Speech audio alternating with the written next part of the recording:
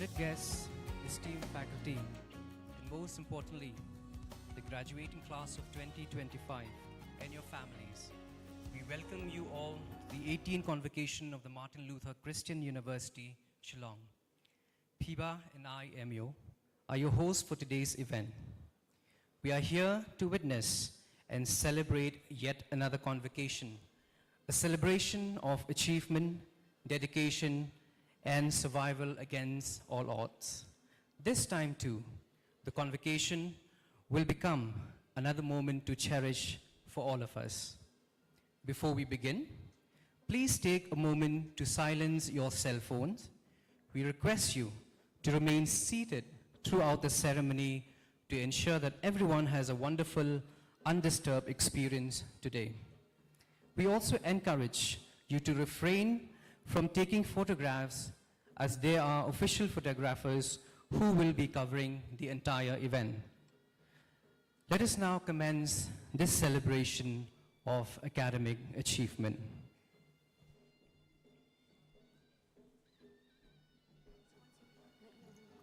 May I request all to rise as the academic procession enters the hall. As we proceed, please enjoy the traditional music, Kashatwat, which marks the beginning of this memorable event.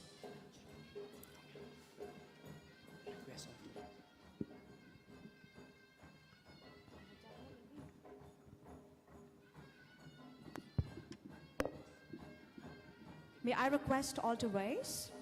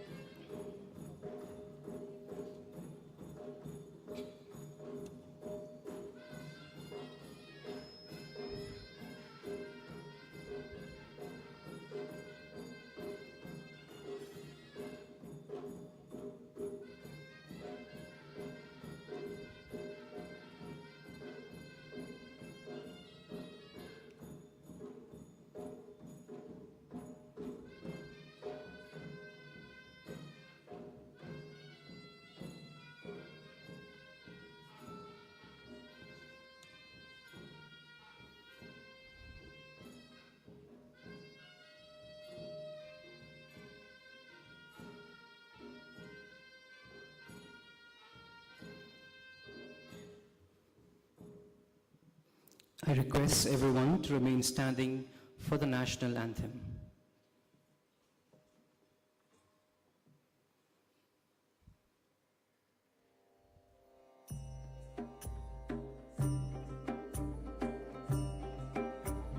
Jana Gana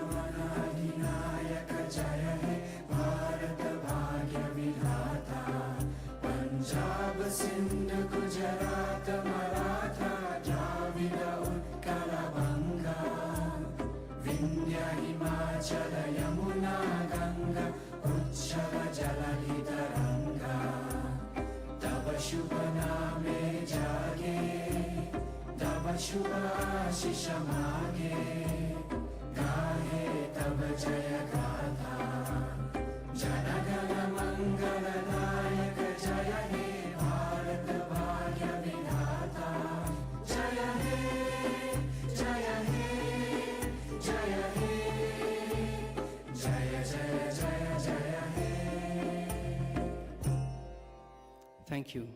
You may please be seated.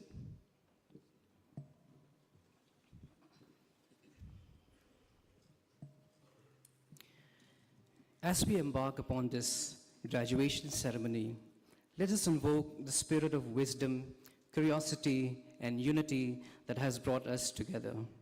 We shall now have the invocation song, I Know How to Say Thank You, to be presented by the faculty and students of Martin Luther Christian University.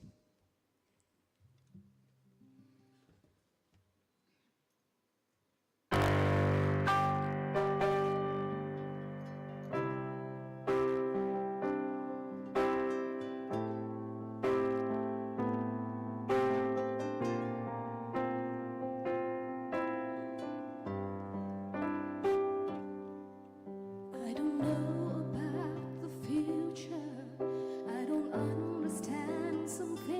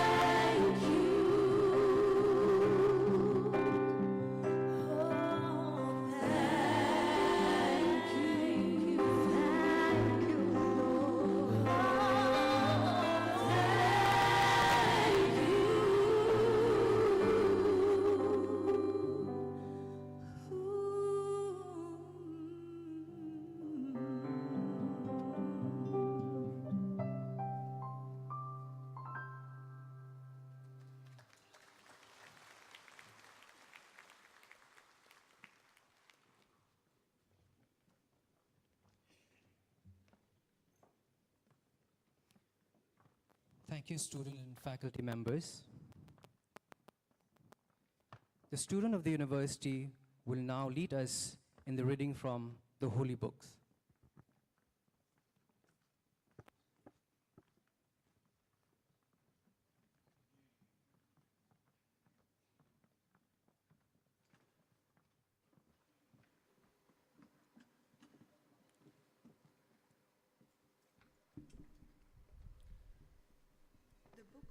The book of Proverbs, chapter 2, verses 6 to 8. For the Lord gives wisdom. From his mouth comes knowledge and understanding. He stores up sound wisdom for the upright. He is a shield to those who walk in integrity, guarding the paths of justice and watching over the ways of his saints.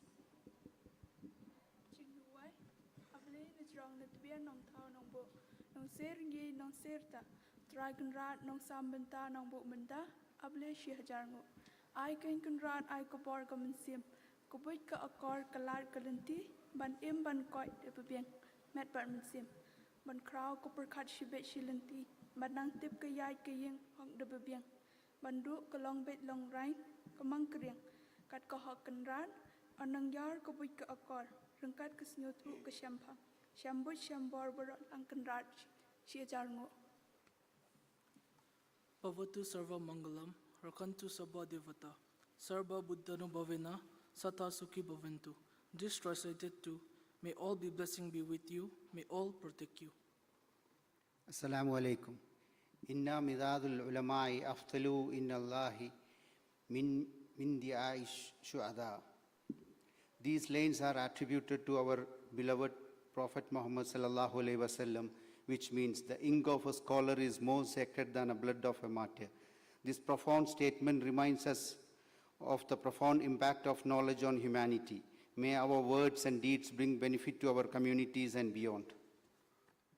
Om Gurubhyo Namaha Shatodhyayaha Shankhya Yogaha Karmanyevadhikaraste Ma Phaleshu Kadachana Ma Karma Phalaheturbho Ma Te Sangostu Karmani Yogasta Kuru Karmani Sangam Tyaktva Dhananjaya Siddhya Siddhyo Samo Bhutva Samatvam Yoga Uchyate. This verse of the Gita emphasizes on the importance of focusing on our duties and services rather than on the fruits and benefits. Focus is singular, and when we focus on dedicated service, meaningful results will follow pursuit. May God bless His holy words.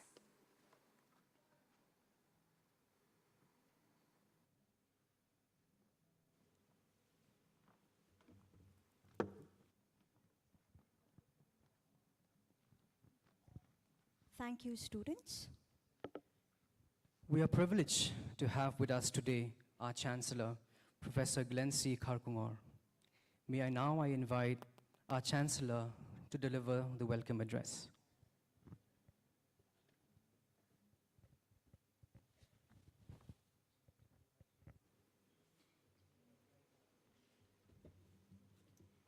Good morning, everyone. Nice to see you all. Order has been restored. The skies have not fallen. The earth is still spinning.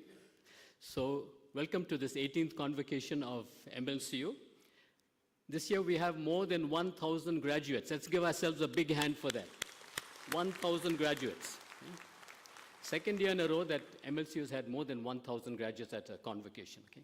I can see some of our old teachers in the audience smiling at me. Okay, thank you. So far, more than 11,500 graduates from MLCO. By far the highest number of any private university in the state. All of the private universities combined don't equal 11,500 graduates. So 3 cheers for MLCO, one big applause. It's our great pleasure this morning to welcome our chief guest, the Honorable Member of the Legislative Assembly, Dr. Amperin Lingdo. So pleased to have you here with us. I say we are pleased because we regard ma'am as a friend and a fellow traveler of MLCO. I remember in 2009, when as Minister of Education, Dr. Amperin was chief guest at a state conference on career counseling organized by MLCU at the Shillong Club. The head of the department that time who organized this is Dr. Mary Bond, who is returned today for the convocation from her work in Abu Dhabi. Her son is graduating today from MLCO. And I remember that at that event, okay, one phrase that I still, rings in my mind from time to time.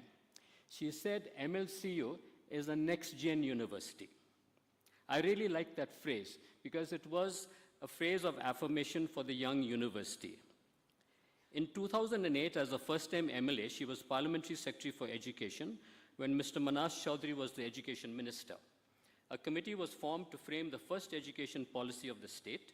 I was a member of the drafting committee, and I remember the several working sessions we had, sometimes in the Secretariat, and once even in the Aurobindo Hall Annex.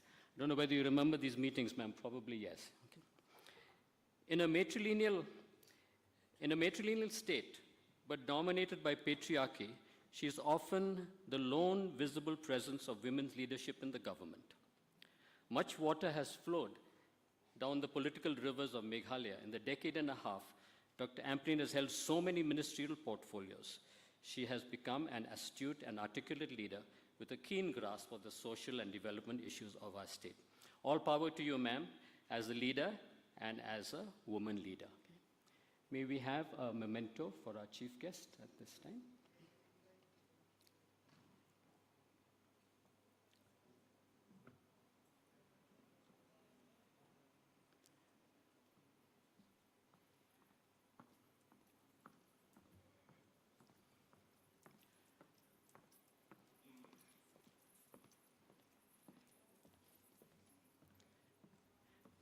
May I request member of our Board of Governors, Ms. Patricia Mokim, to please present the memento to Dr. Ampreen.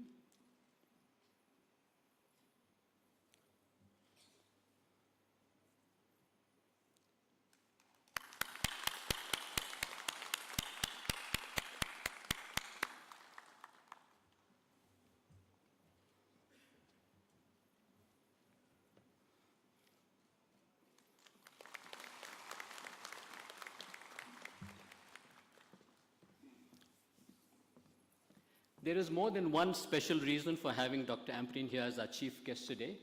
She is also the sister of our former Vice Chancellor, R.G. Lyngdoh. R.G. Lyngdoh was the former Home Minister and Education Minister. Unfortunately, he passed away, but we would like today to request his sister, Dr. Ampreen, to please unveil the citation and portrait of R.G. Lyngdoh on the stage right over here. Would you come here, ma'am? We request the Vice Chancellor to please accompany her.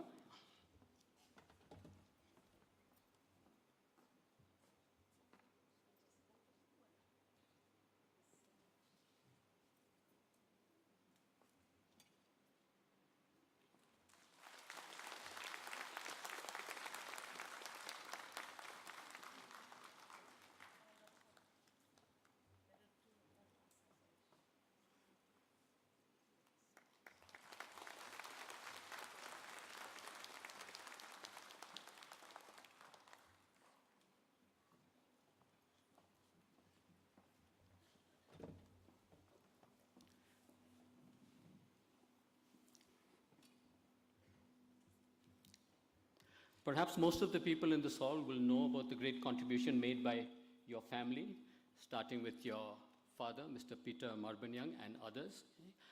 R.G. Lyngdoh was one of the tallest politicians, one of the tallest leaders of our government. In fact, there was an article written about him in the Shillong Times in which the title was, "The Best Chief Minister We Never Had." And that was the stature that he enjoyed. I'm happy to say that we are now announcing the constitution of the R.G. Lyngdoh Memorial Project Committee. I'm happy to say that Ms. Patricia Mokim has agreed to be the chair of this committee. We have other members who have consented, Mr. Rudy Warjiri, ambassador and diplomat, Mr. Sanjoy Hazarika, author and journalist.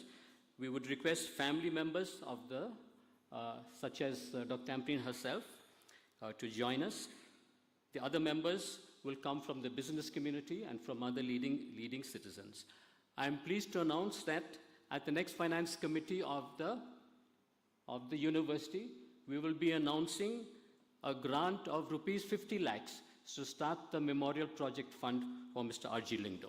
So let's all get together and make this project a real success. Also on the dais is an old friend of mine, Dr. Ramesh Deka, ex-director of All India Institute of Medical Sciences in New Delhi. He's an old and faithful friend of MLCO, associate of our first Chancellor. He has been a great support at key moments. He is son of the Northeast, and he is friend of the marginalized. He will be given a citation formally a little later. I also would like to mention, especially very, very much, our Convocation speakers who honor us today with their presence. We have the dapper and debonair Mr. Dilip Thakur, and we have the effervescent and spirited Sumaya Yasmin. This journalist, magazine, entrepreneur couple are going to be our Convocation speakers today. We'll now go back to our Convocation booklet and talk about our hills. At MLCU, we live in a world populated by young people. Most of these are students, but increasingly so, many of our new staff and faculty also belong to this younger generation. As such, we encounter almost daily issues of pressing relevance to our young students and colleagues. And like with every generation, trends have emerged and priorities are shifted. From the time that Dr. Ambreen described our university as a next-gen university, 18 years have passed. We are now into the next generation. People come to my office all the time, mostly for work. Such visitors are always welcome. In the last few years, perhaps milestone by the COVID epidemic, many work discussions seem to bring stress in as a side topic. A few days ago, a group of 5 young colleagues came to my office to discuss a research project. It was nicely written up, 5 pages, 20 references. This interdisciplinary project, to be conducted by Gen Z researchers, would look at the psychological issues of Gen Z entrepreneurs in tourism startups. It is apparent now that even academic topics such as in research are often paired with stress. It used to be when we asked each other, "How are you?" it would bring forth the automatic answer of "I'm fine." Nowadays, and not so seldom, the answer is "I'm stressed," or something of that sort. Even fun is not always just for fun. It is for de-stressing, as the young woman told me a few evenings ago. Many epidemiologists say that the hidden pandemic during COVID was stress. It is hidden no longer. In the old days, we assumed that we should manage stress on our own. Under the roof of my own home are 2 Gen Z individuals. I shouldn't see them as children, but as young people struggling to find their place in this difficult world. Struggle now is an inescapable part of me. Going to the bottom of the page, Mosaic of Me is a 2-week art class introduced just this semester, conducted by the Community Center for Arts, Crafts and Culture. This activity-based course takes students through their own paintings and drawings, storytelling, letter writing, and formative expression. Themes of stress are creatively explored and even darkly depicted. Yet they serve not only as emotional expressions of creativity, but vents for catharsis. Feelings of stress were dissipated through artwork, well-being, and bonding seemed to emerge. Reality and responsibility. But at the same time, we need reality and responsibility checks, personal bellwethers that track progress to our goals and aspirations.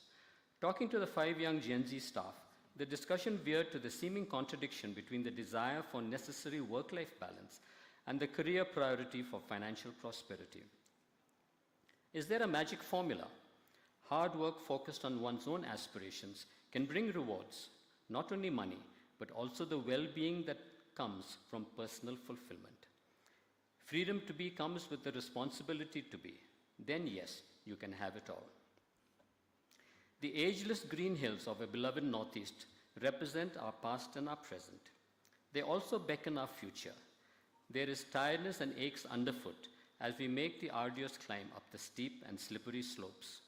But in between, cool streams provide refreshing waters to moisten dry lips and soothe our weary feet, and glistening waterfalls to rest our eyes upon. Thank you. And so to my young friends, my esteemed colleagues, and to all who are present here, young and old, but most of all to our graduates, we wish you well. Keep within you the incandescent beauty of life. There is hope in our hills.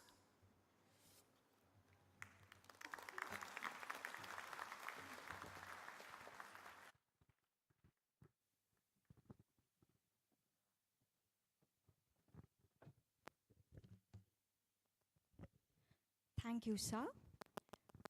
To enlighten us about the university's achievements and progress, may I invite our Vice Chancellor, Dr. D.K. Kharpaman, to present the report of the university for the academic year 2024 to 2025.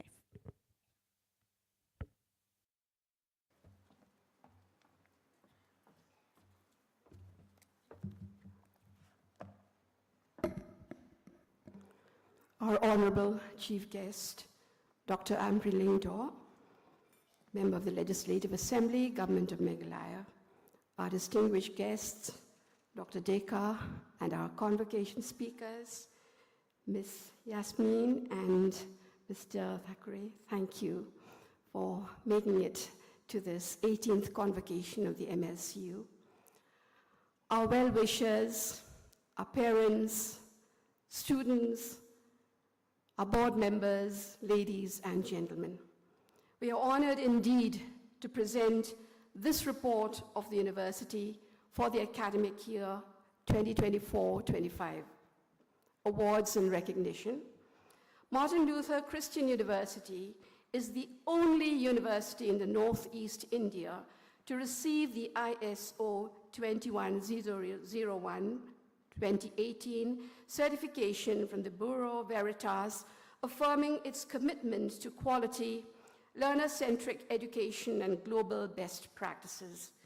MLCU was also ranked 7th in India for diversity, inclusivity, and equity, and 1st in Meghalaya under private multidisciplinary universities in the education world India Higher Education Ranking 2025-26. The awards were presented at the Grand New Delhi on April 25th, 2025.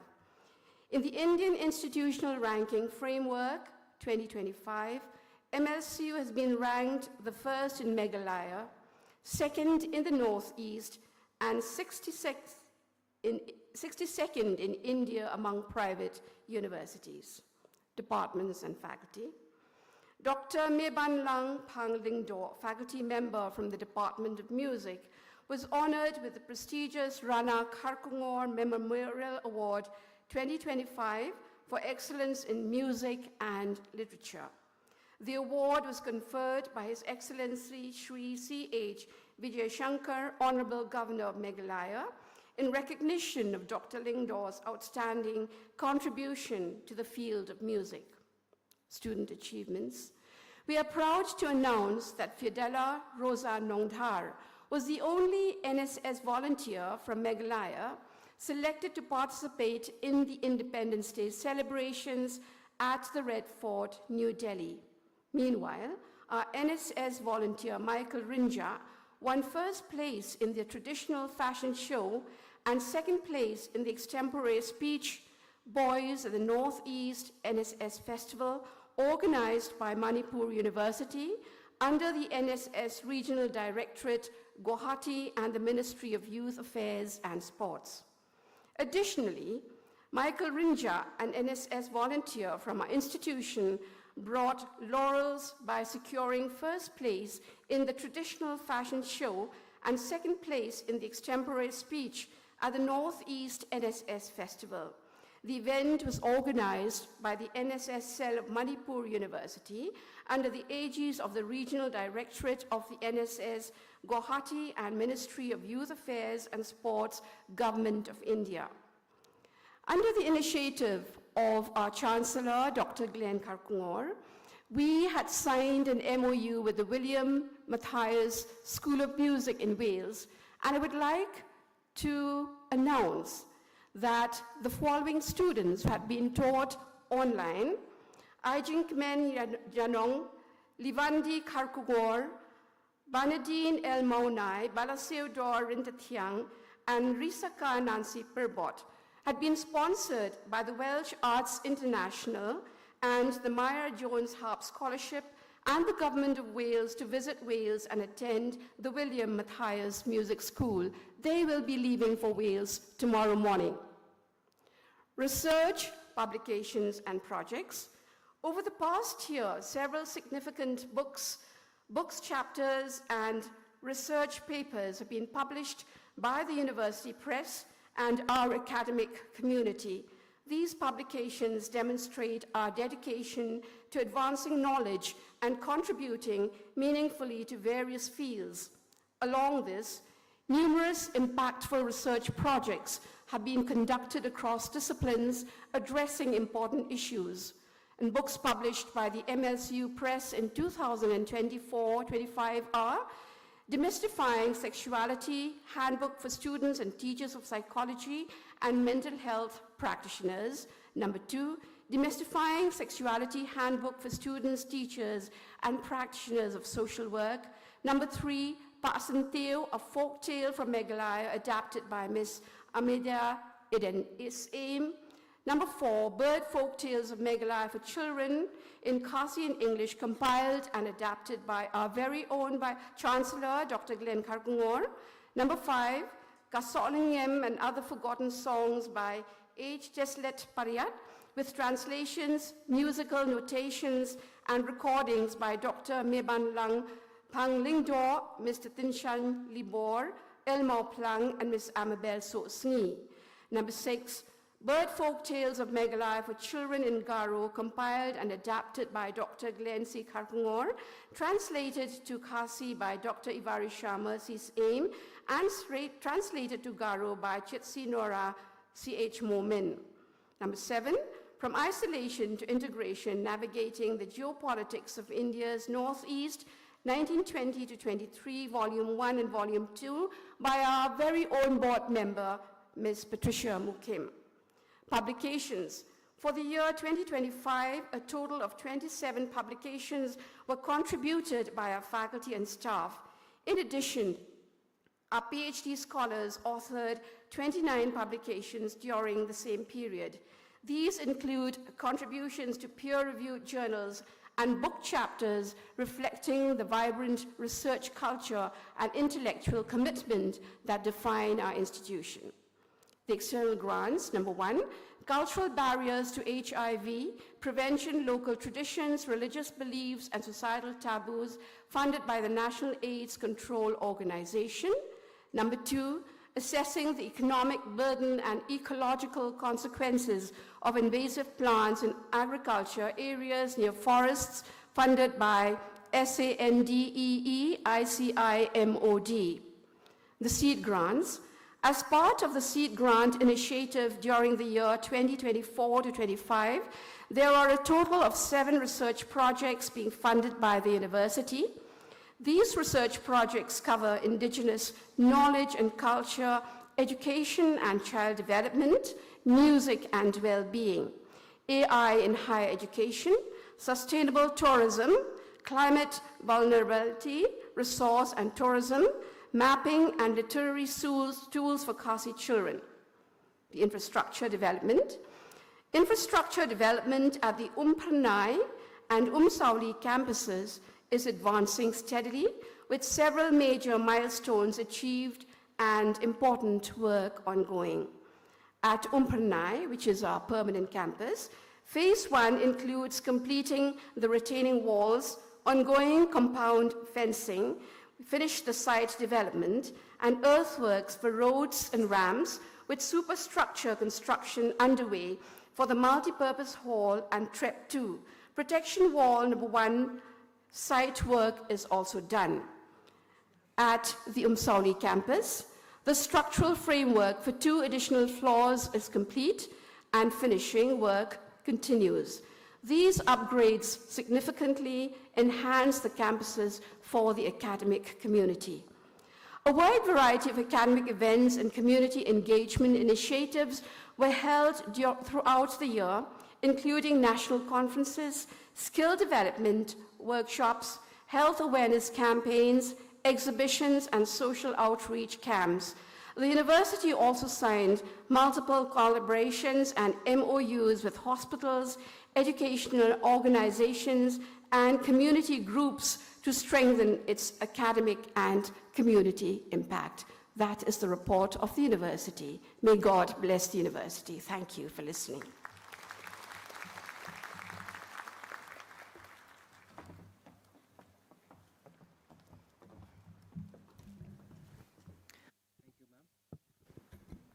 Thank you, ma'am. I now request Dr. Iwaman W.J. Lalu, Pro Vice Chancellor, to introduce Dr. Ramesh C. Deka, recipient of the Lifetime Achievement Award 2025.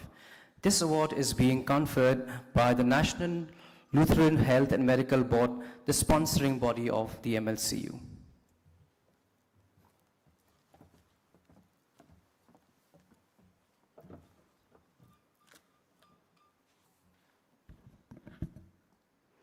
On behalf of the National Lutheran Health and Medical Board, the sponsoring body of the Martin Luther Christian University, it is my pleasure to present to this auspicious gathering the Lifetime Achievement Award.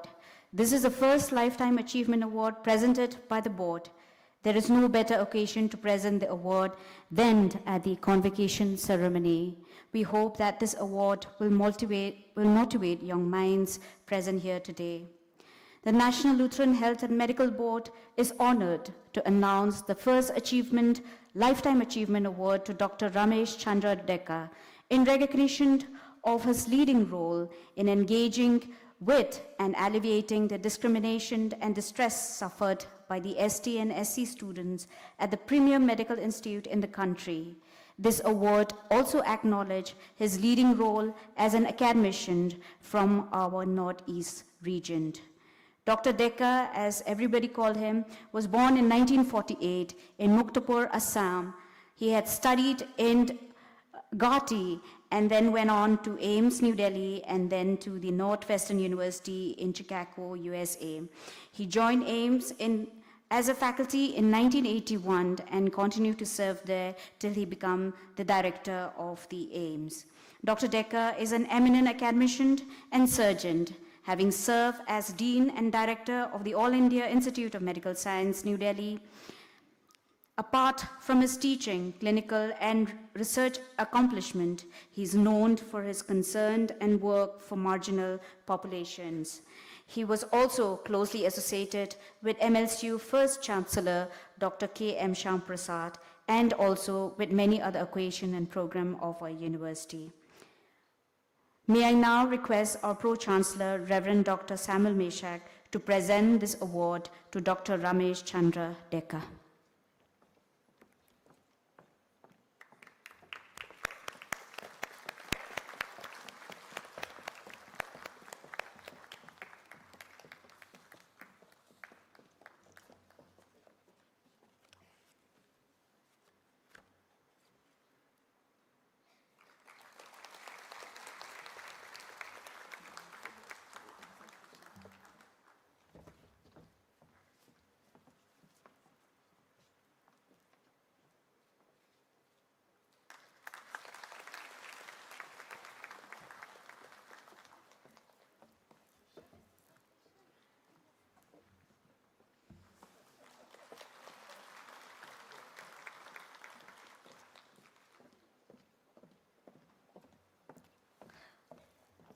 May I now request Dr. Deka to deliver his response.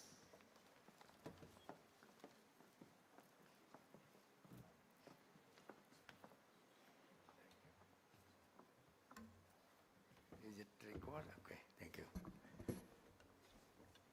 Good morning, ladies and gentlemen. Honorable Chancellor Glenn Karkongar, Chief Guest of the Day, other dignitaries on the dais, respected faculty members, guests, and students, and PhD scholars.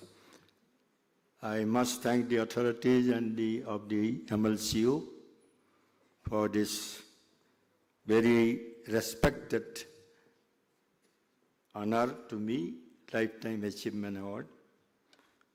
I cherish this award more than other awards that I have got in the past because of number of reasons. Because I have been associated with this university for last more than 15 years, since my very close friend, Dr. Sam Prasad, was alive and he was the Chancellor of this university. I am deeply touched by the honor that you have done to me. At the same time, I promised to the university authority that I will continue to serve for the cause of the education, higher education, and other activities related to health and uplifting the downtrodden people. That is my mission. Although I have retired long back, I have served in 2 places as Vice Chancellor and Advisor. And now I am moving all over the country and abroad, giving various lectures on higher education and health education and promoting the careers of youngsters. I am happy to see here large number of students who will receive their degrees. I am sorry for you. From the program, there is a change made by the authorities because I had another engagement in Guwahati and then I have to catch a flight to reach Delhi. I'm sorry for that, but I must congratulate the students who will receive the degrees for their successful passing out, and also to the scholars who will receive the PhD degrees.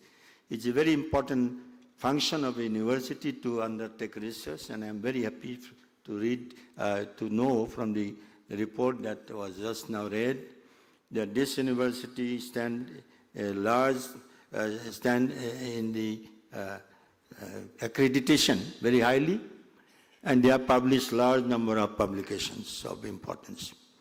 I'm sure with the leadership currently available and future generation will make this university much more prominent worldwide, and it will slowly get its recognition worldwide very profusely. With these few words, I thank you all.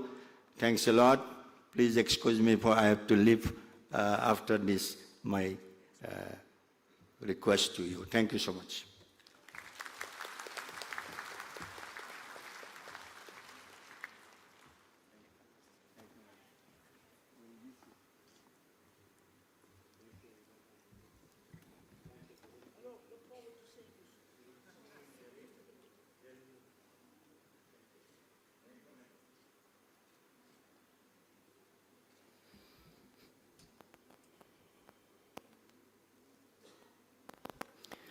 Thank you, sir. Now we move on to the most awaited part of the ceremony, which is the award of degrees and diplomas. I invite the Registrar of the University, Dr. Yadan Langtin Song, and the Controller of Evaluation and Examination, Dr. Yuanka Lingdo, to read out the names of the graduates receiving their degrees and diplomas.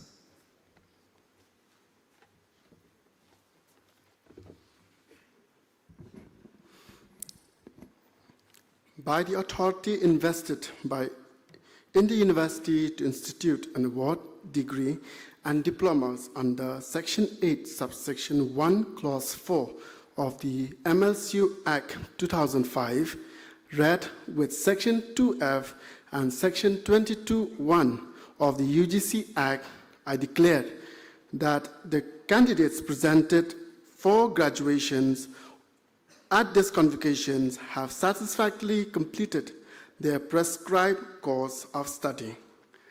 They are eligible for the award of the degrees and diploma for which they are presented. It is my pleasure to announce the name of the graduates before the Chancellor, Pro-Chancellor, Vice-Chancellor, and in the august presence of this assembly. While the names of the graduates are being announced, may I kindly request the Chancellor, Pro-Chancellor, Vice-Chancellor, and other dignitaries to stand and extend the congratulations by shaking hands with the graduates as they receive their certificates. While I read the names of the graduates, I kindly request all the graduates to kindly stand and clap their hands for congratulations to all the degrees. I kindly start with the doctorate degree. I kindly request all the graduates to please stand.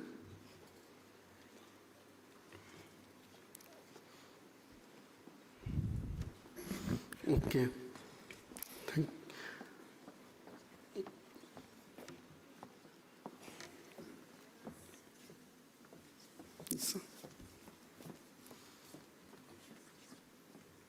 Doctoral degree, Doctor of Philosophy, Akashi Aye.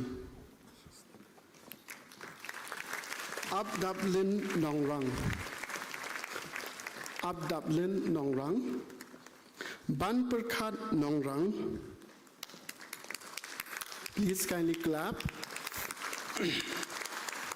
Binu Thomas. Binu Samuel. Butusen Uzukum. Chukung Puro. Crystal Jaya Rai EP.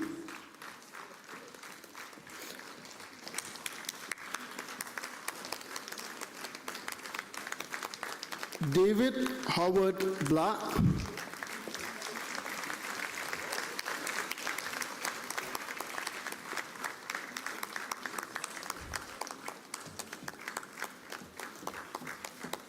Grito Rachaya G. Jagannathan S.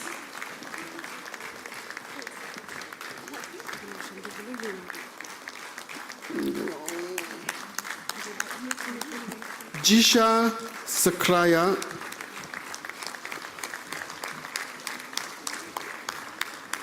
Joji Matthew Joy.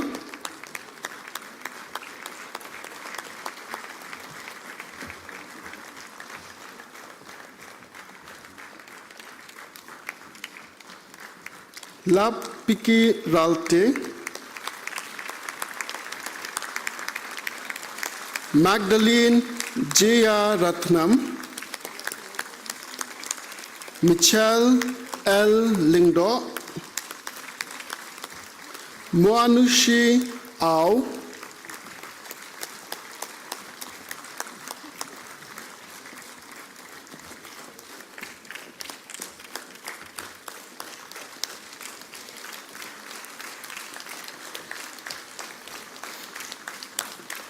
Nilam Roy Pasa.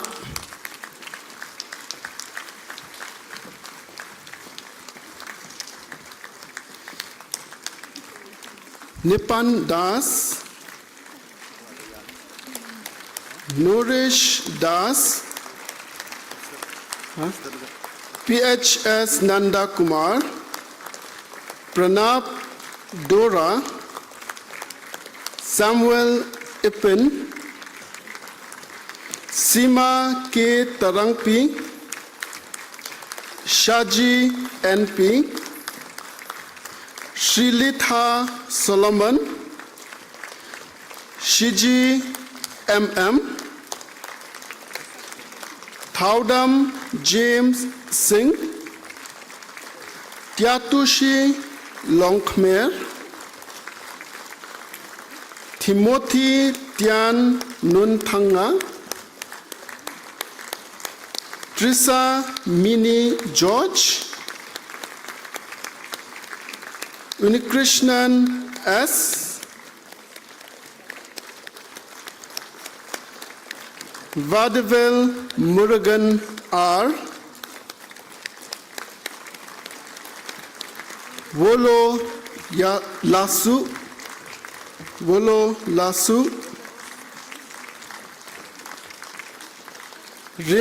Yemsurila B. Walling, and Zairem Pui. Doctor of Ministry, C. Anand Anthony. Postgraduate degree, Masters of Science in Medical Laboratory Technology in Clinical Biochemistry, Sanda Jingye Karni. Masters of Science in Medical Laboratory Technology in Microbiology, Atuli Siram. Hakami Wandi Bla, Nancy Khar Kamni, and Pogya Pangloi. Masters of Science in Medical Laboratory Technology, Karin Betsy War, Cynthia Wardry, Gudu Tamang, Snobha Shemdor Karjana. Masters of Science in Medical Imaging Technology, Bala Risa L. Marshallong, C. Van Lal P. Kui, Fatima Pawa, Hulda Dakar, Imti Tong Zuk, Lalma Sausbi, Rafael Lalnun Fila, Shahid Afridi, Suki Daimi Kar Mauplang, Vile Zonu Nike, Zothan Pari, Masters in Visual Arts. Masters in Visual Arts, Carlos Andy Dakar, Carlos Andy Dakar, Diamond Lang Kalep, Davendra Champak Bai Demar, James Alfred Rambai, Rinal Karmuti. Masters of Arts in English Language and Linguistics, Barisha Mebi Nongsiet, Barisha Mebi Rongsiet, Beneliza Dakar, Dalam Lingdo, Mankam G. Momin, Pibanke Maulen, Rida Shisha Karmnoy, Wandamon Lingdo Marshlong,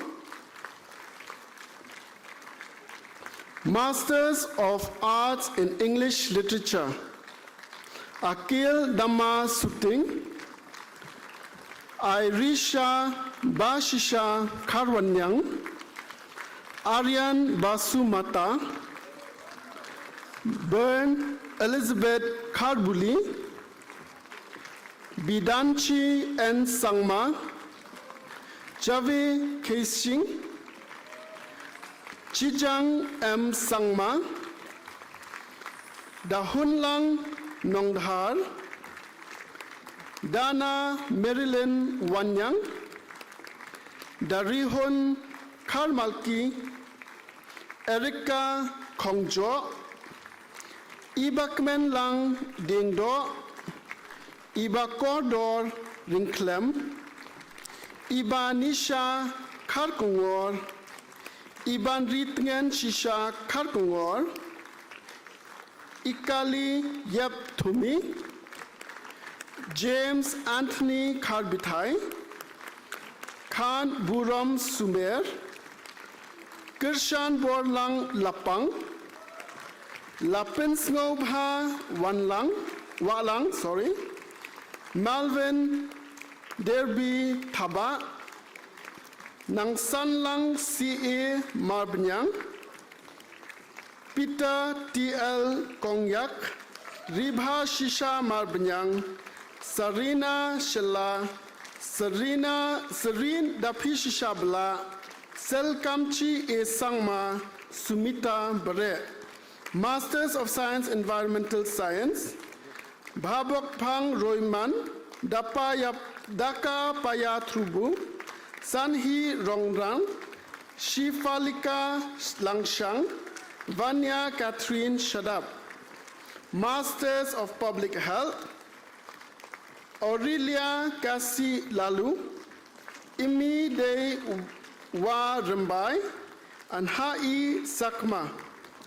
Marchina Pirtin, Mesharai Pungrok, Moar Lenla, Nang Samching Samte, Upilia Siangshai, Pinaki Shadab Manas, Rufika Simle, Sarah Lin Suklan, Sapira Mary Lalu, Shida Nila Nongrum, Silver Singh, Karl Latang, Suresh Dhan Da Pani, Teresa Hazel Cream, T.H. Cynthia Fanken, Yalana Aika Rambai, Masters of Computer Application, Gideon Zion Swear, Imar P. Shisha Warba, Larika Shangdyar.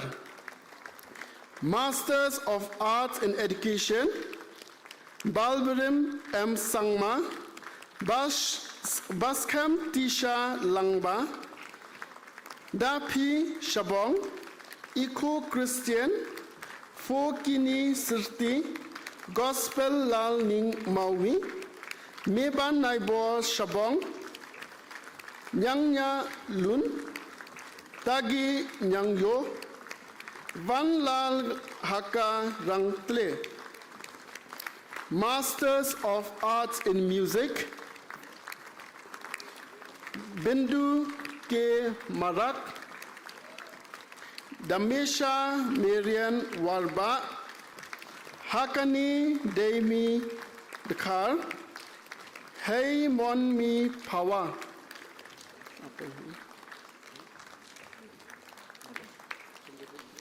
Jeremiah Bentham Eng Sangma, Calvin Roy Marwen, Sitish Singh, Nangte Dor Nongklau, Osman Dor Justin Suyam, Philemon Julia Rani, Azi Bawit Lung, Wan Kamai Lang Dakar.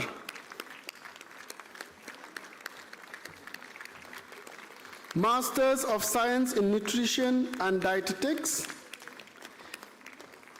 FC Bihinda O Parili, Grace Ibakordo Tongni, Hana Roditum Hamar, Iba Dahun Shisha El Nongrang, Kumrila Yimsh Chungel, Lauren Sangi Namte, Marbabyang Hun Lingdo, Sarah Gangte Sensation Filet.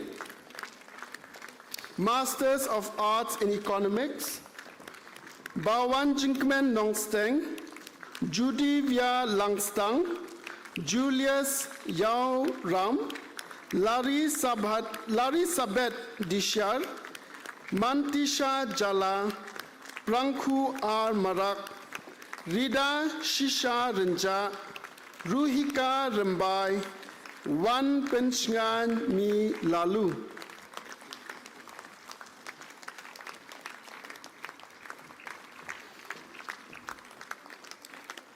Masters of Business Administration, Bayahun Nongsiet, Bayakmen Lang Walang, Hermi Nigen War Langpi, Yajit Lang Karbani, Jeremy Kate Vire Sangma, Josika Milim Umlong, Larissa Lintan, Mai Yatum, Mardi Hiken Sungo,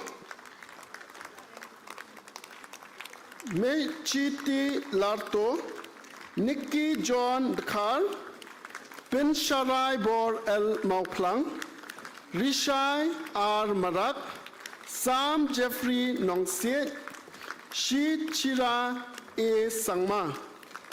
Masters of Business Administration in Hospital and Healthcare Management, Damang Shua Minsong, Eri Sinta Portlanjar, Mary Queen Mukim, P. Pinbhalen Kurkalang. Masters of Commerce, Aminia Nongrum, Bala Pinshai Marak, Ban Kershai Siem, Bawan Hun Songtiang, Sainora Marshing, Iba Shisha Marwen, Juba Bha Pawa, Kinet To Dari Rinklem, Lam Jingmut Karlingdo, Pinskam Borlang Taba.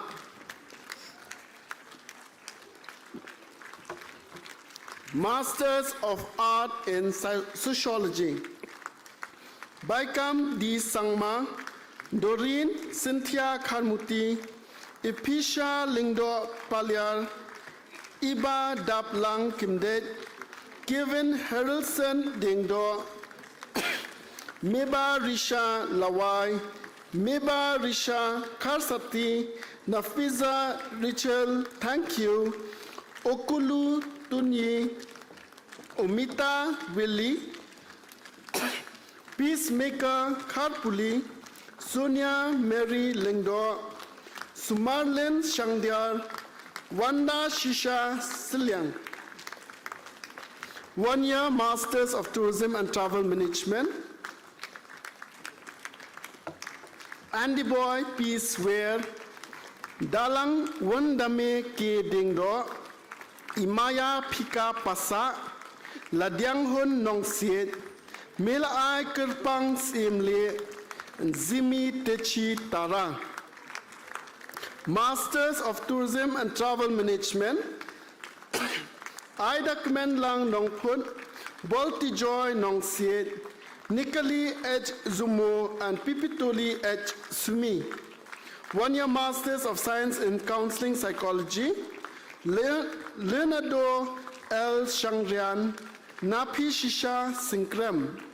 3 year Masters of Science in Counseling Psychology, Avono Koza.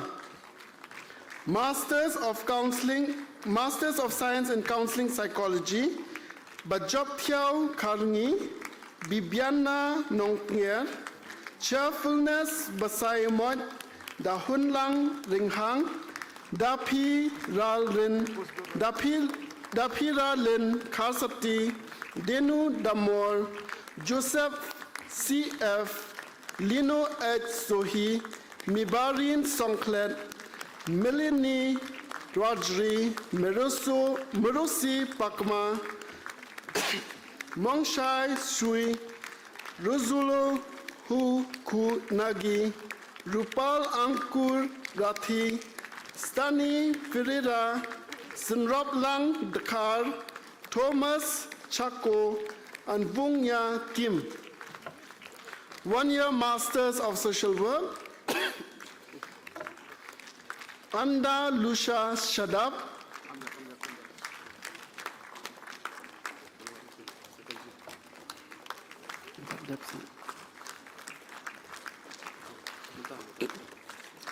One-year Master Social Work, Anda Lucia Shadab, Hilarious C, Iba Dalin Mary Badwar, Iba Dondor Shangdiar, Iba Suk Shishas Im Yong, Kintiriti Lamin, Lakamti Lingdo Nong Mark Emerson Kongla, Palay Shisha Nong Clau, Pritisha Lingdo Nong Lad, Proficiency Shuliang, Regina Faith Kardarilang, Sophia Dahun Shisha Suting. Masters of Social Work, Adriel Nun Mauya Sim, Aitisha Mary Kongji, Amasha China CH Marak, Anora D. Shira, Ansau D. Kesangma, Afrino Zatsu, Achira Sangma, Arwaka Shila, Bada Pintkmen Linkhoi, Bayakmen Lang Swear, Barnish R. Marak, Brilliant Janko N. Aring, Chineho Aula, Dafika Wajri, Dek Chirik Sangma, Ibi Beni Nuiling, Imiba Thaba, Imika Dianghun Pakma, Gratian M. Mumin, Hei Tung Ning Maulong, Yarab Lang Sin Shang, Iba Wajri, Ipi Jinia Shabong, Jinny Linkhoi, Jinik G. Marak,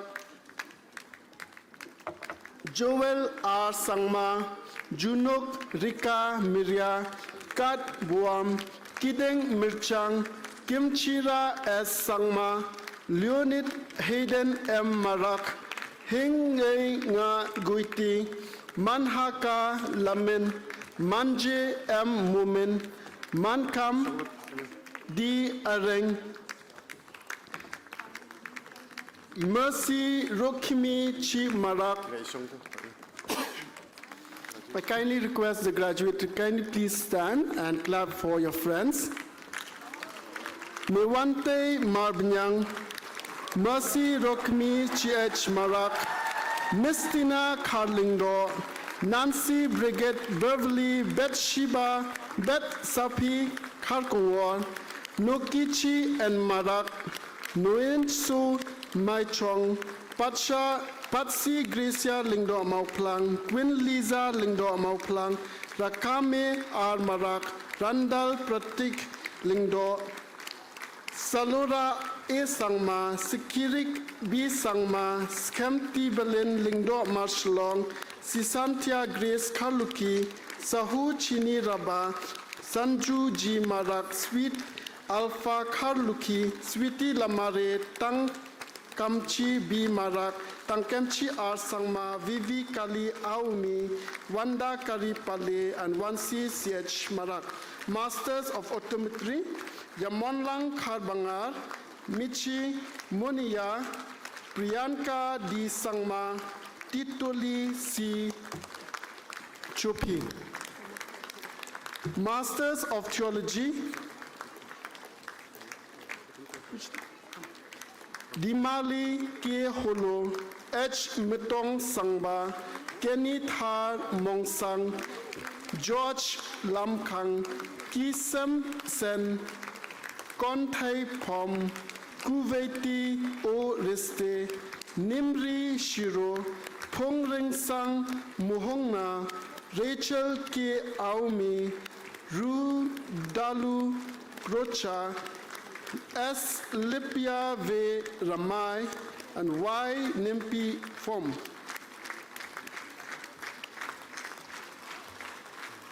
Masters of Divinity, Philnira C.H. Sangma and Takru Tanga Lin. Postgraduate Diploma in Social Work, Ban Shan Lang Kongstia. Postgraduate Fellowship in Clinical Chaplaincy and Counseling, Blesson Jacob.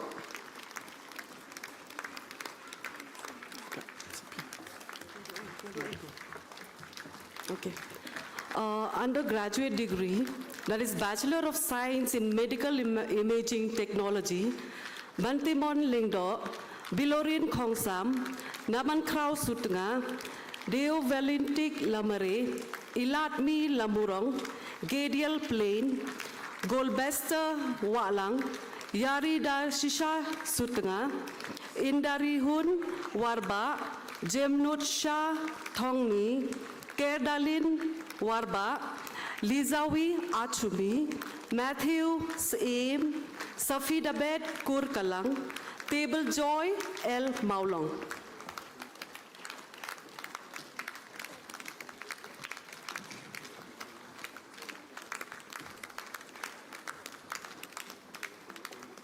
Okay.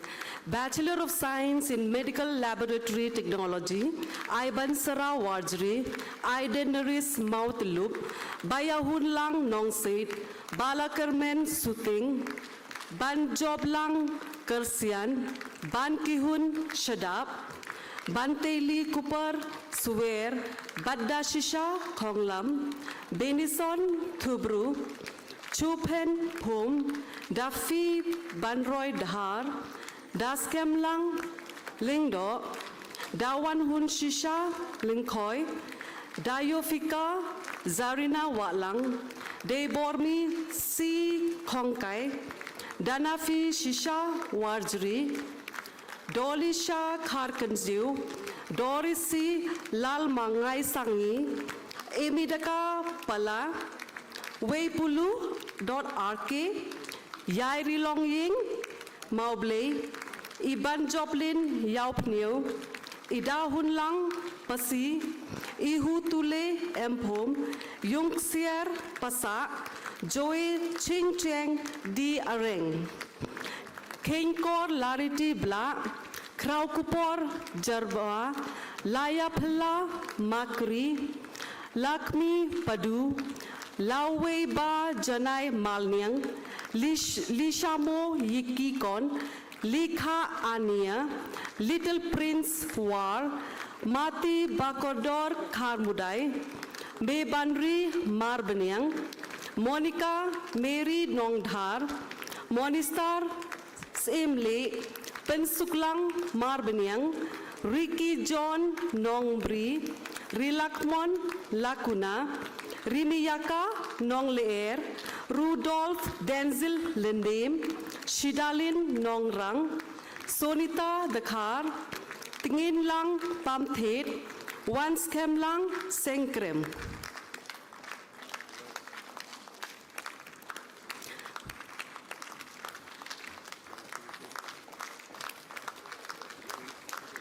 Bachelor of Science in Physical Assistant, Anida Dakar, Delphia Surong, Jennifer Surong. Bachelor of Science in Surgical and Operation Theatre Technology, Dabanta Sana, Dapisha Marbo, Laridalin Nongrem, Liza Mozu, Linado Afridi Champa, Polang Kanriam, Rithyangki Bang, Sambul Lamari. Bachelor of Arts in English Literature, Abigail Zimek Washai, Achaya Pami Daimari, Baika Ether Nongspung, Felicia Dakar, Kam Corlin Carlindo, MC Lal Tanliana, Pamela Yodahun Pongrup, Shisha Kordor Karkongor, Valunir Zamir.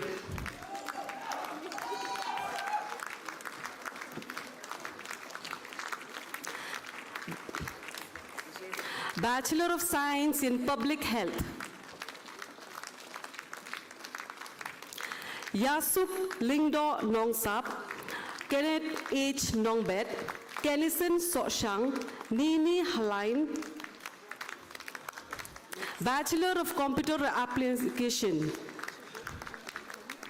Balaya Biang Kongwing, Bandri Hun Nongrum, Bab Dab Lang Rampet, Basin Walang, Edilson Dakar, Emerald Jasper Kailite, Fernando Lingdo Nonglight, Gracefully Karkongor, Lord Step Watniang, Menshanbha Kongsni, Maybelline Taryang, Melwenson Rintong, Merciful Maulong, Ribok Lang Hasha, Sedi Kaya Bare, Shandalin Dotling, and T. Debormi Hadia.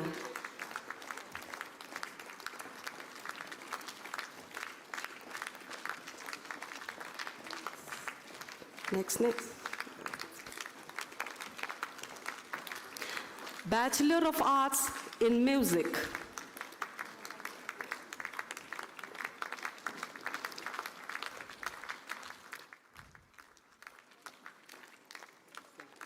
Dakerhi Khar Bikhiu, Ibanisha Lingdo Nongbri, Rung Dang Ring Seltun, Sam Bauklang Dakar,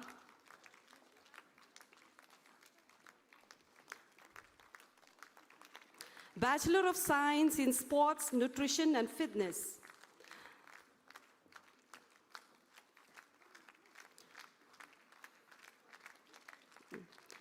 Zovian Sesam Theba, Ralph Melvin N. Marwin. Bachelor of Science in Food Science and Nutrition. Badari Shisha Maulingap, Balapan Hun Shisha Marthong, Daya Hun Malnyang, J. Ding Liang Dong Kai Peng, Kit Boglang Thaba, Soman Roy Suting.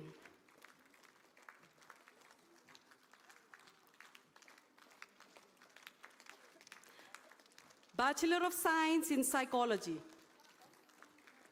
Avatar de Burma, C. Bilila Sangtam, Rix Kemlang Karbithai, Saralin Mensong, Sneha Pradhan, Vedika Veshida Nongkri, Vanri Shisha Khongjob.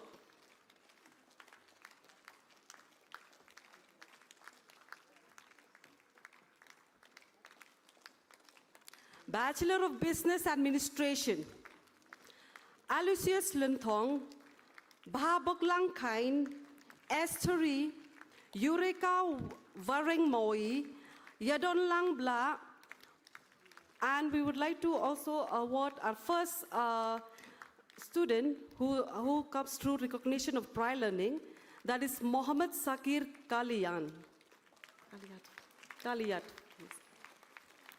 And Nabam Kakum, Ngun Zerung, Piban Pentingen Lingdo, Pratima Areng, Taini, Wastines Wanyang, Wankerpang Lingkoi, Yoluti Kain.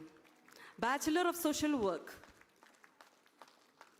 Balashimti Bla, Bansabet thank you.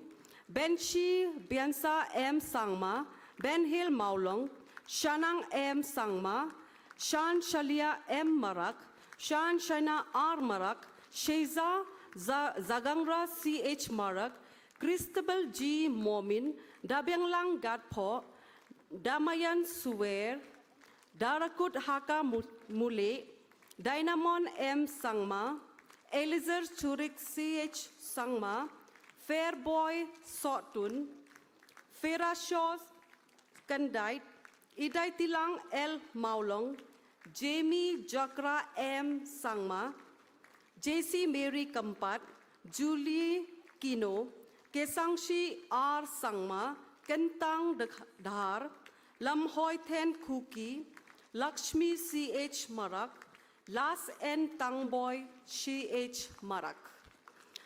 Lisha Mary Dongdakar, Lisa Tobet Marwain, Mary Shah Kurba, Millennium Konglam, Nang Manroy Thaba, Neng Ni Roy R. Lingdo, Nilahun Langstang, Nisha Nongtnger, Nosaki M. Sangma, Fidari Shisha Kongwir, Rang Kambe R. Marak, Rijit Lang Lakyang, Rik Game A. Sangma, Salshuk Tekrik M. Sangma, Sebastian Lamin, Silvanios Nongse, Tusil T. Sangma, Wanda Karu Paya Pertu, Wanrap Lang Saat. Bachelor of Tourism and Travel Management.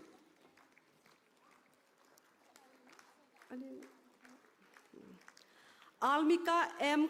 Kurkalang, Anita Rai, Bansham Skem Senya, Shansal Loro, Dafi Larisha Khongjob, Final Pawa, Ila Siudor Marbanyang, Krau Borlang Khongtiang, Larisha Dona Lingdo Marshilong, Marbi Star Stepwar, May Wan Pentingen Lingdo, Mughaka Awomi, Nabam Yasum, Richbon Jana, Steffi Rose Karbunna, Tatu Diru.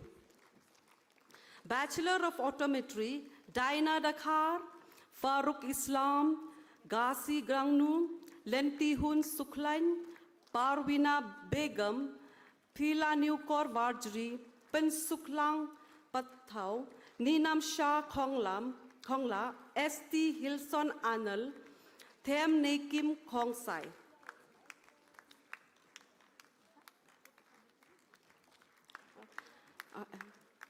Bachelor of Arts in Theology. Bachelor of Arts in Christian Studies, Dick May.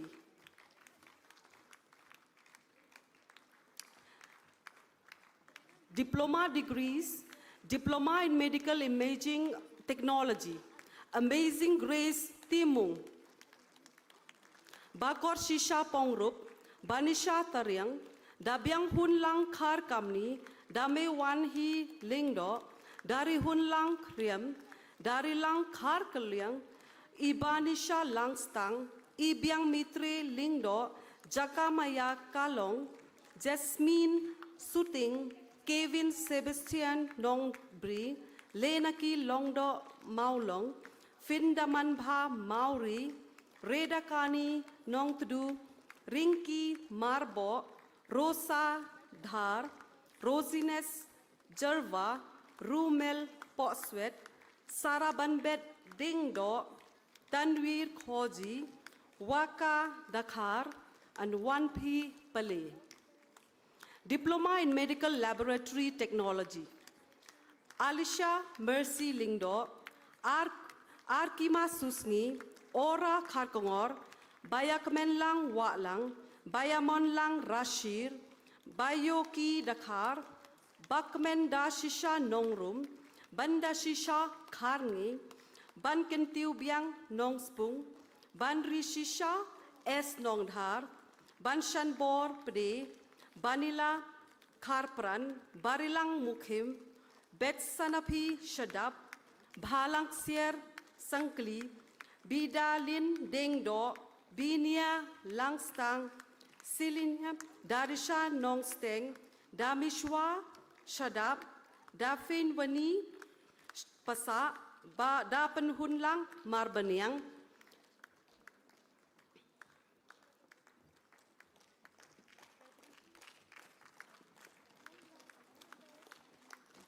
Daribha Talang, Darisa Kenjing, Dawanka Kongla, Debina Mukim, Diyak Hansmenki Sngalang, Imi Wahun Pi Dakar, Eraki Sumer, Ishalin Merchiang, Eureka Kongji, Felicity Wankar, Glory Kongsit, Gracia Paslain, Dapi Ba Dahun Karsati, Yadahun Jaba, Iba Kodor Longlair, Iba La Ri Nong Klau, Iba Monlang, Kong Tiang, Iban Jelin Dor, Iba Penlashisha Kar Musulman, Imat Tisha Surong, Isen Amy Amrunsong, Jelisha Pakma, Jennifer Nongse,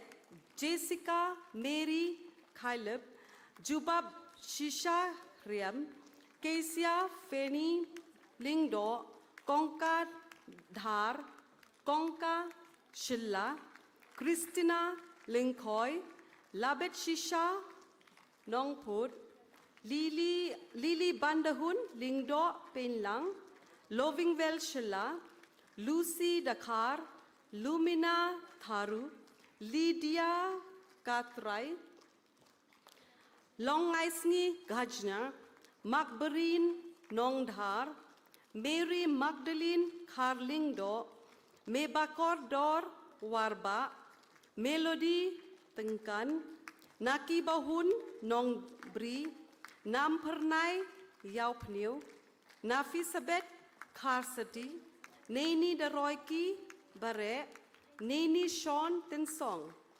Pulneman Sindrem, Pidaroiki Dakar, Filabet Shisha Karmaulong, Priska Merthong, Penroyalin Walang, Penshongskem Kongstit, Refinia Kaileb, Rekha Hing, Resful Kar Haungmau, Ribyang Hun Ding Do, Ribyang Lin So Shang, Ridai Dakar, Rihun Lin Jaba, Riwa Meka Rembai, Rokison Marbanyang, Safira Thubru, Sakani Sampli, Svia Kharkrang, Shanborki Thubru, Stephanie Nongspung, Theibida Bamon, Wanju Lingdo, Wailat Suliang, Wanda Mary Pongrup,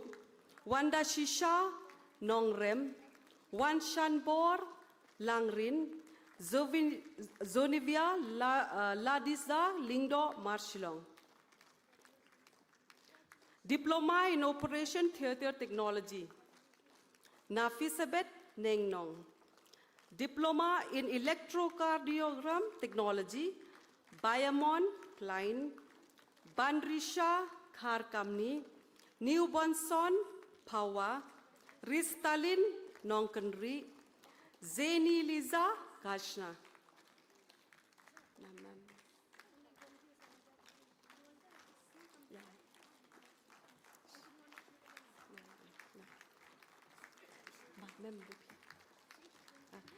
Diploma in theology.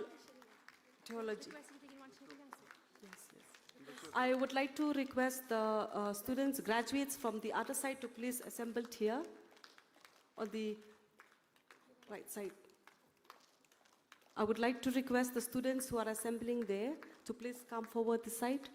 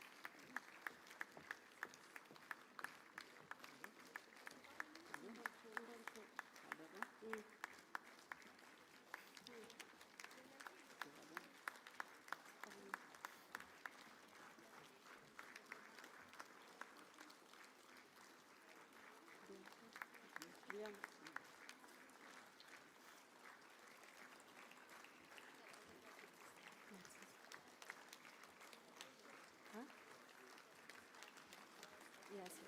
I would like to request the graduate students to kindly step forward to applause for the students who have received their award.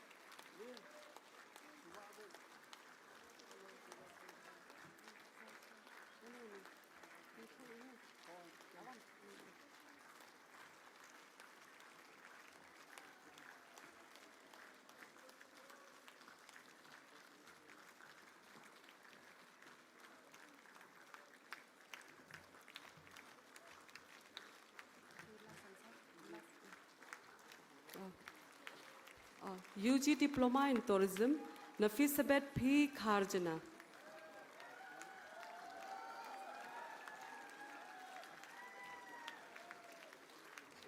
Thank you.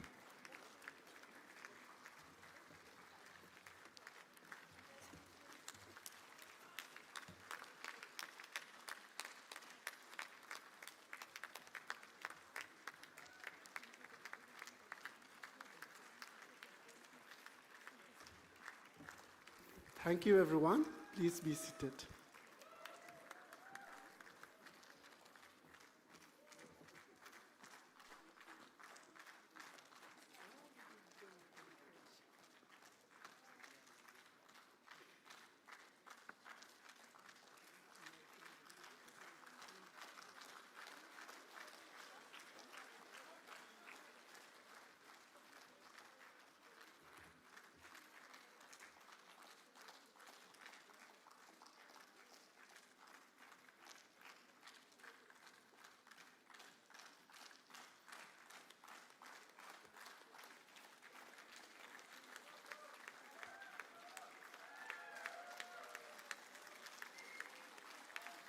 Thank you.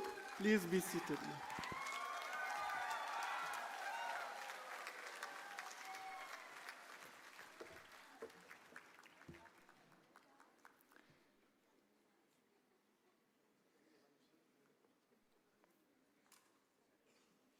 Thank you, sir and ma'am, and congratulations to the graduates. With an enduring dedication to the pursuit of excellence, Martin Luther Christian University offers students experiences that aim to nurture through a synergy of traditional and contemporary approaches, thus preparing them for their roles as leaders of the future. I now invite Vanya C. Shadup, Department of Environment and Traditional Ecosystem, and then Walunar Jamir, School of Languages and Cultural Communication, to deliver their responses on behalf of their fellow graduates.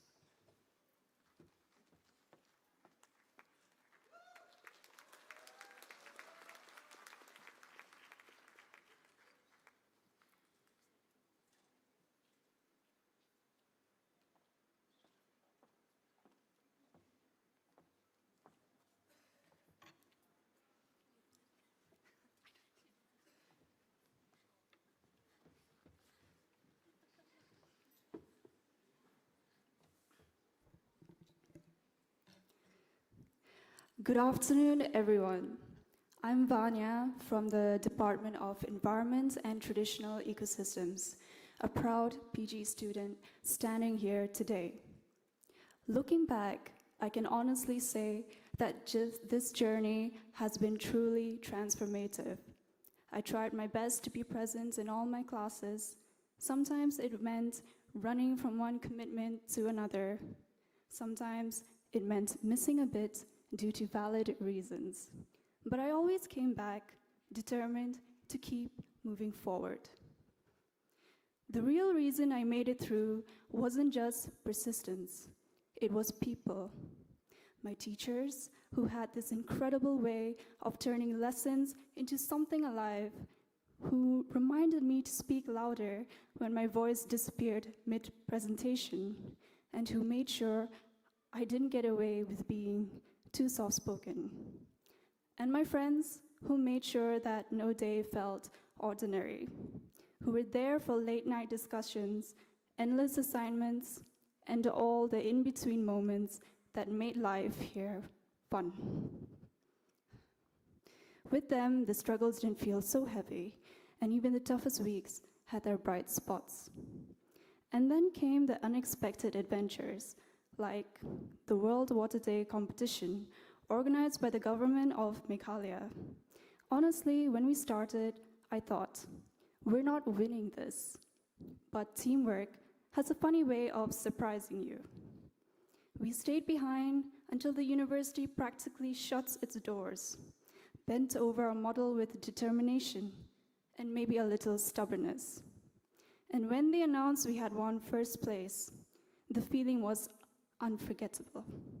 It wasn't about the medal, it was proof that when you push through doubt, amazing things can happen.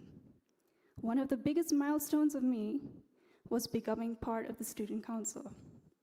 Ever since I was young, there was something about the council that truly enamored me. I always dreamed of being part of it. And when the results came out and I realized I had been chosen as president, it was like the kid in me was celebrating. I want to thank everyone who voted for me and believed in me. But more than the title, it was the people I met through the council who defined that experience. My fellow SE members became more than just my associates. They became my teammates, my sounding boards, and sometimes my late-night partners in survival. We went through endless planning sessions, debates over the tiniest details, and meetings that felt like they would never end. We laughed a lot, stressed even more, and occasionally questioned our life choices when the deadlines piled up.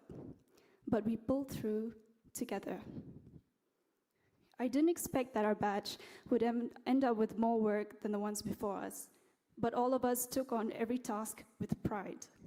And I won't lie, I made plenty of mistakes as president, but each mistake came with a lesson. And because of the support of my council members, I never faced those lessons alone.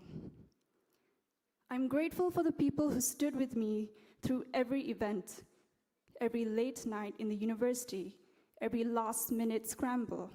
Without them, the journey wouldn't have been half as meaningful. And now, here I am, standing on this stage.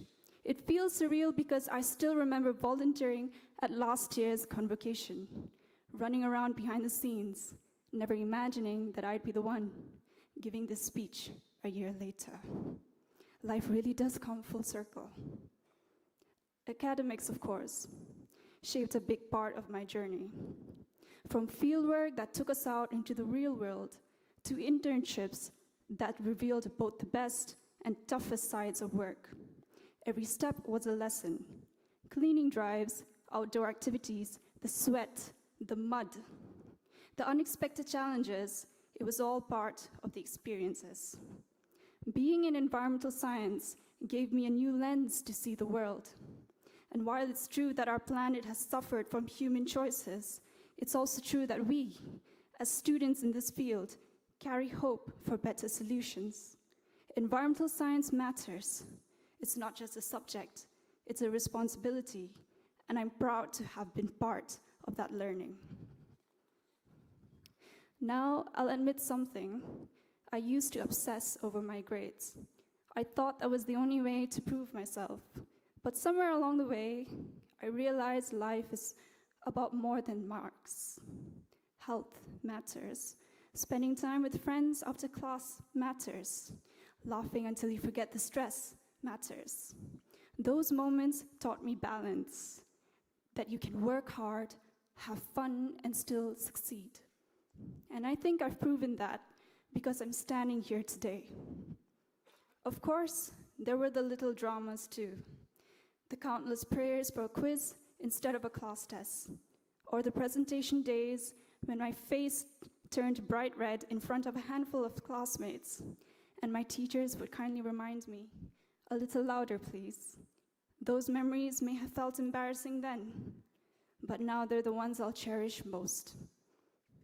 Through all of this, one motto carried me. I don't know how, but I will. That's what got me through sleepless nights, overwhelming responsibilities, and situations I never thought I could handle. It even carried me into my first job, when I somehow landed while still a student. My manager was kind enough to let me come here today, so in a way this feels like a little vacation. Although standing on stage giving a speech isn't exactly how I pictured my mini getaway. And through it all, I thank God for guiding my every step of the way. Without His grace, I wouldn't have had the strength to stand here. I also owe a huge part of who I am to my parents. Their encouragement and love are the quiet foundations that kept me steady.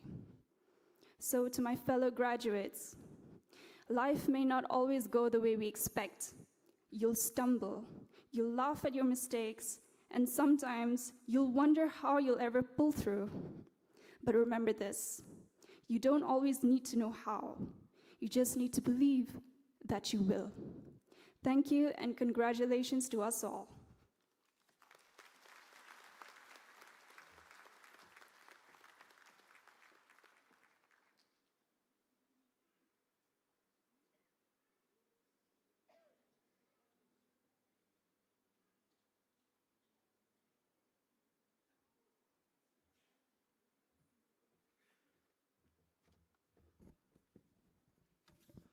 A very good afternoon to everyone here, and once again, congratulations. Now, sitting through long programs has its challenges, right? I mean, we should know. We've survived hours of PPTs and programs here at MLCU. So I promise that this isn't just another lecture. Instead, it's a story. It's our story.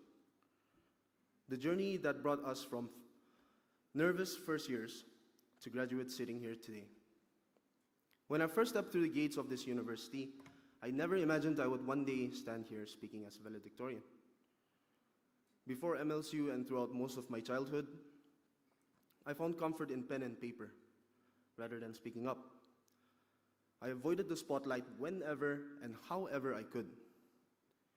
Speaking up was daunting, and sometimes it still is for everyone. But this university, through its myriad programs, demanding presentations, and countless opportunities, has a way of transforming us. Slowly, I learned to emerge from my shell. I discovered that my voice truly carried weight. And today, standing here before you, I am living proof of the transformation that MLCU makes possible. Now, every university has its own versions of student struggles. In most places, it's the relentless exams, the sleepless nights, the battle to retain formulas that vanish the next morning.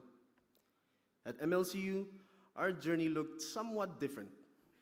Here, survival meant running after attendance, crafting what felt like an infinite number of PowerPoints, and orchestrating programs that tested not only our ingenuity, but also our fortitude.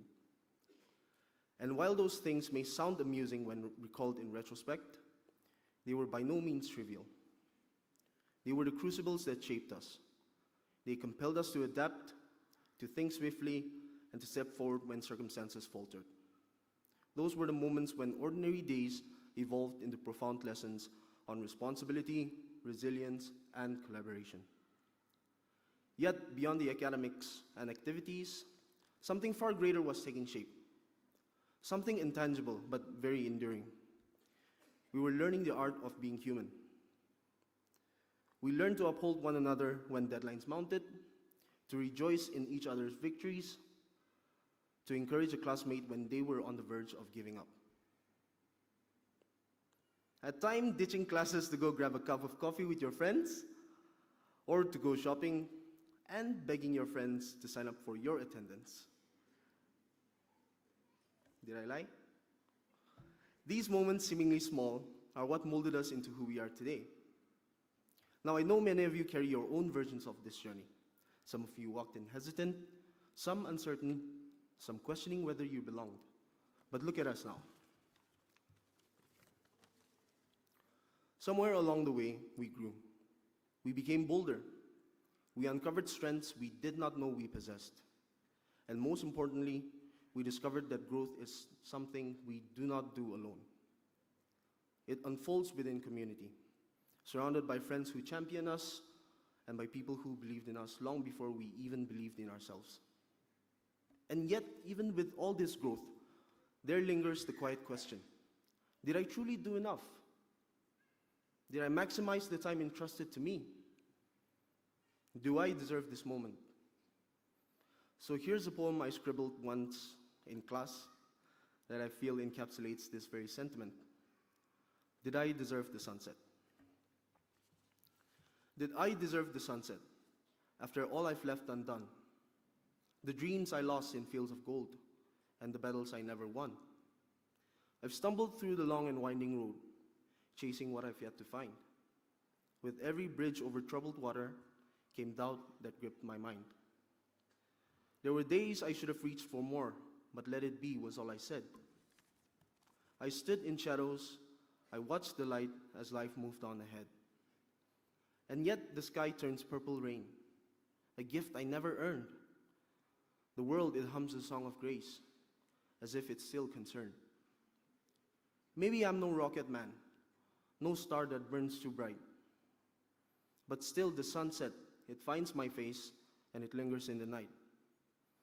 Did I deserve the sunset, with so much left undone? Or is it just the gentle way that time forgives us, one by one? That to me is what today feels like, a gift. Not because we were flawless students or because we executed everything perfectly, no.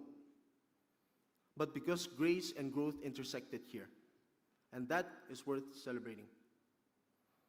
As we stand at the threshold of life beyond these gates, we know that the world will test us, not with attendance registers or slideshows, but with trials that demand courage, discipline, compassion, and integrity. Yet I believe we are prepared. Because if this university could transmute hesitation into confidence and uncertainty into determination, then surely we are equipped for whatever lies ahead. So today, let us celebrate not merely the degrees we hold, but the individuals we have become. Individuals who dare to step beyond comfort zones, people who discovered their voices, and ones who are ready to serve with heart and with purpose. And as we go forth, my friends, my hope is this: My hope is that our lives shine brighter than our presentations ever could, and that wherever we may be, our attendance in this world will always and forever be marked present. Congratulations, class of 2025, we made it.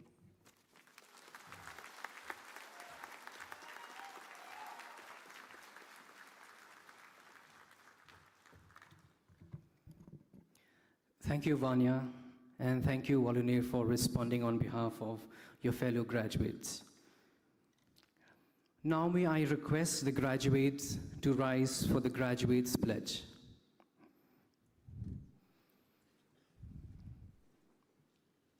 I request Dr. Ibasaralin Thabasintiang, Dean Academic, to administer the graduation pledge.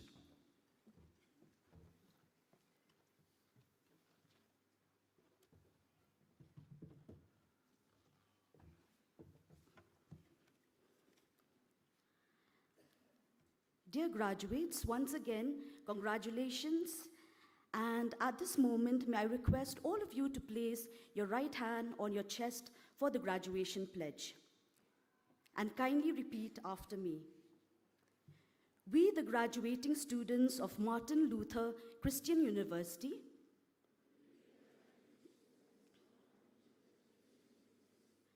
vow to always uphold the principles of honesty, transparency, and integrity, acceptance and respect, quality and sustainability, perseverance and humility, teamwork and leadership,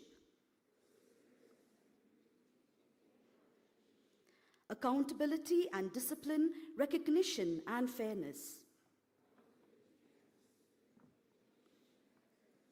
sincerity and commitment as upheld to us in the university,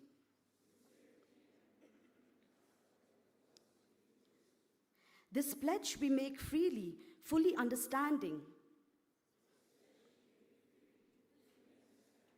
that these values will make us good humans and role models.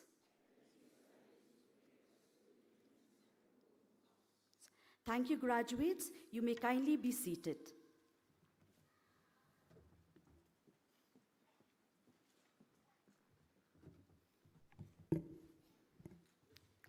Thank you, ma'am. The Department of Music will once again grace us with a performance entitled, I Am Still Your Dreamer.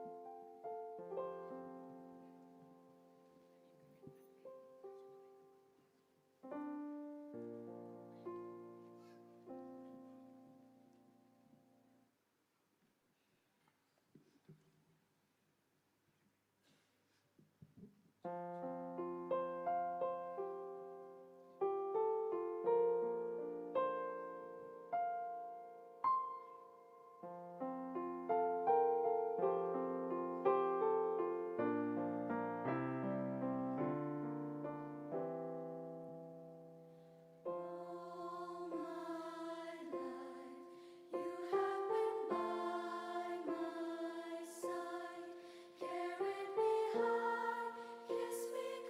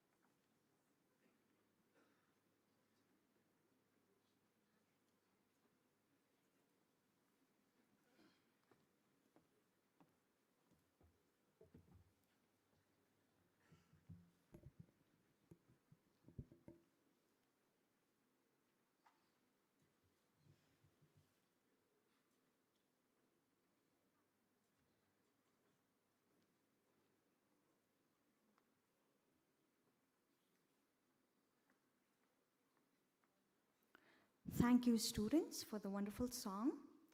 I now call upon Dr. Rinti Lynn Jennifer War, Dean Academics of Project, to introduce our convocation speakers.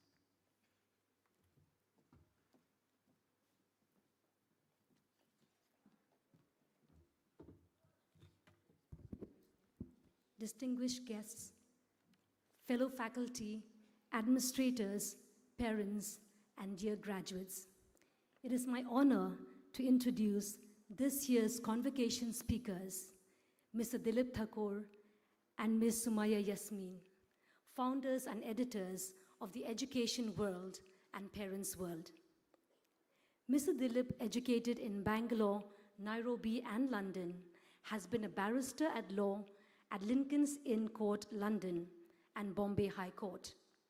He was the founder editor of India's first business magazines, Business India and Business World, and he was the CEO of Datamatics Direct, India's largest direct mail company.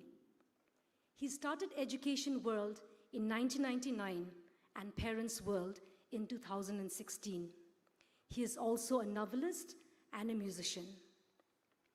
Ms. Sumaya graduated from the Asian College of Journalism, Bangalore, after which she co-founded and co-edited Education World and Parents World, India's #1 parenting magazine. She is author of the best-selling books, 101 Great Universities of the World, 17 Great Legacy Schools of India, and 21 Leaders Transforming Indian Education. She also serves on the Advisory Council of the Association of Indian Principals. She makes time for tennis, gardening, and reading. Besides working closely with educational administrators and teachers, the couple have interacted positively with Dr. K. Kasturirangan, the chair of the National Education Policy, and the committee members, in influencing the inclusion of early childhood care, increase in the budgetary allocation for education to 6% of the GDP, and vocational education advocacy. We are privileged to have the honor of your presence at our 18th convocation.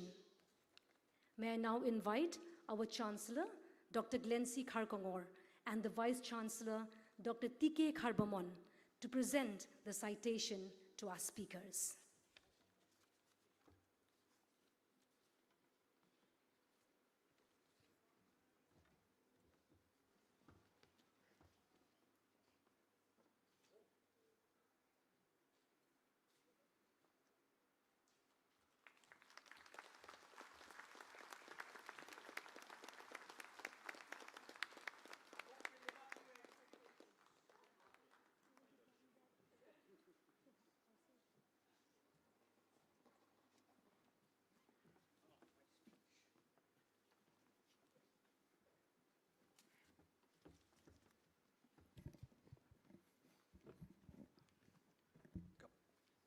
You stand here.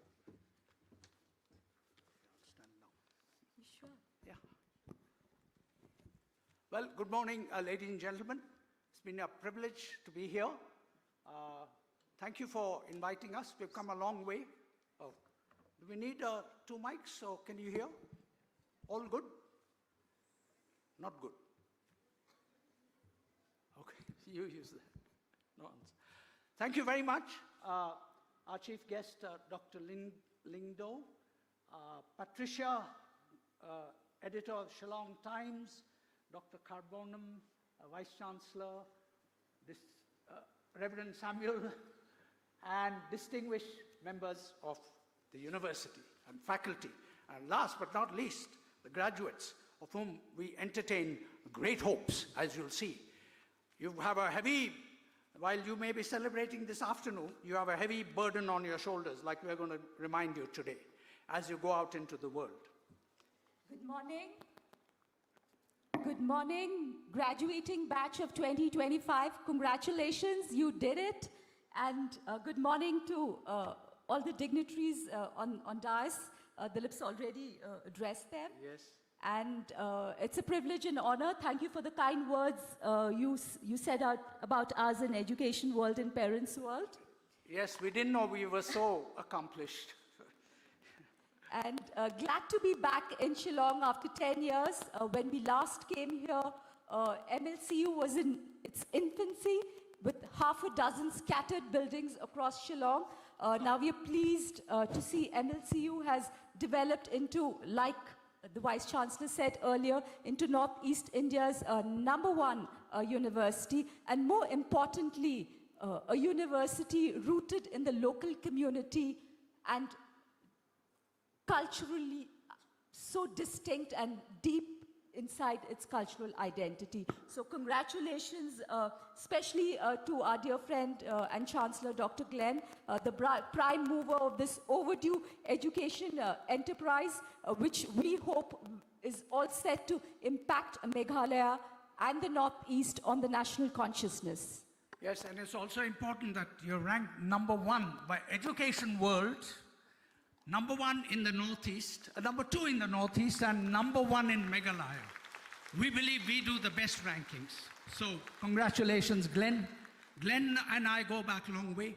We knew each other from Manipal, and when our magazine was like in deep trouble, Glenn was instrumental in getting the Manipal group to invest with us, which is why we've survived for the last 25 years. Last year we finished 25 years of uninterrupted publishing.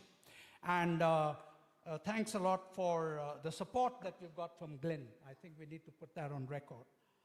So anyway, now to come to our convocation address. You know, the usual convocation address is all about work hard, be resilient, etc. But I'm not going to talk about that. Maybe Sumya, you want to talk about it later.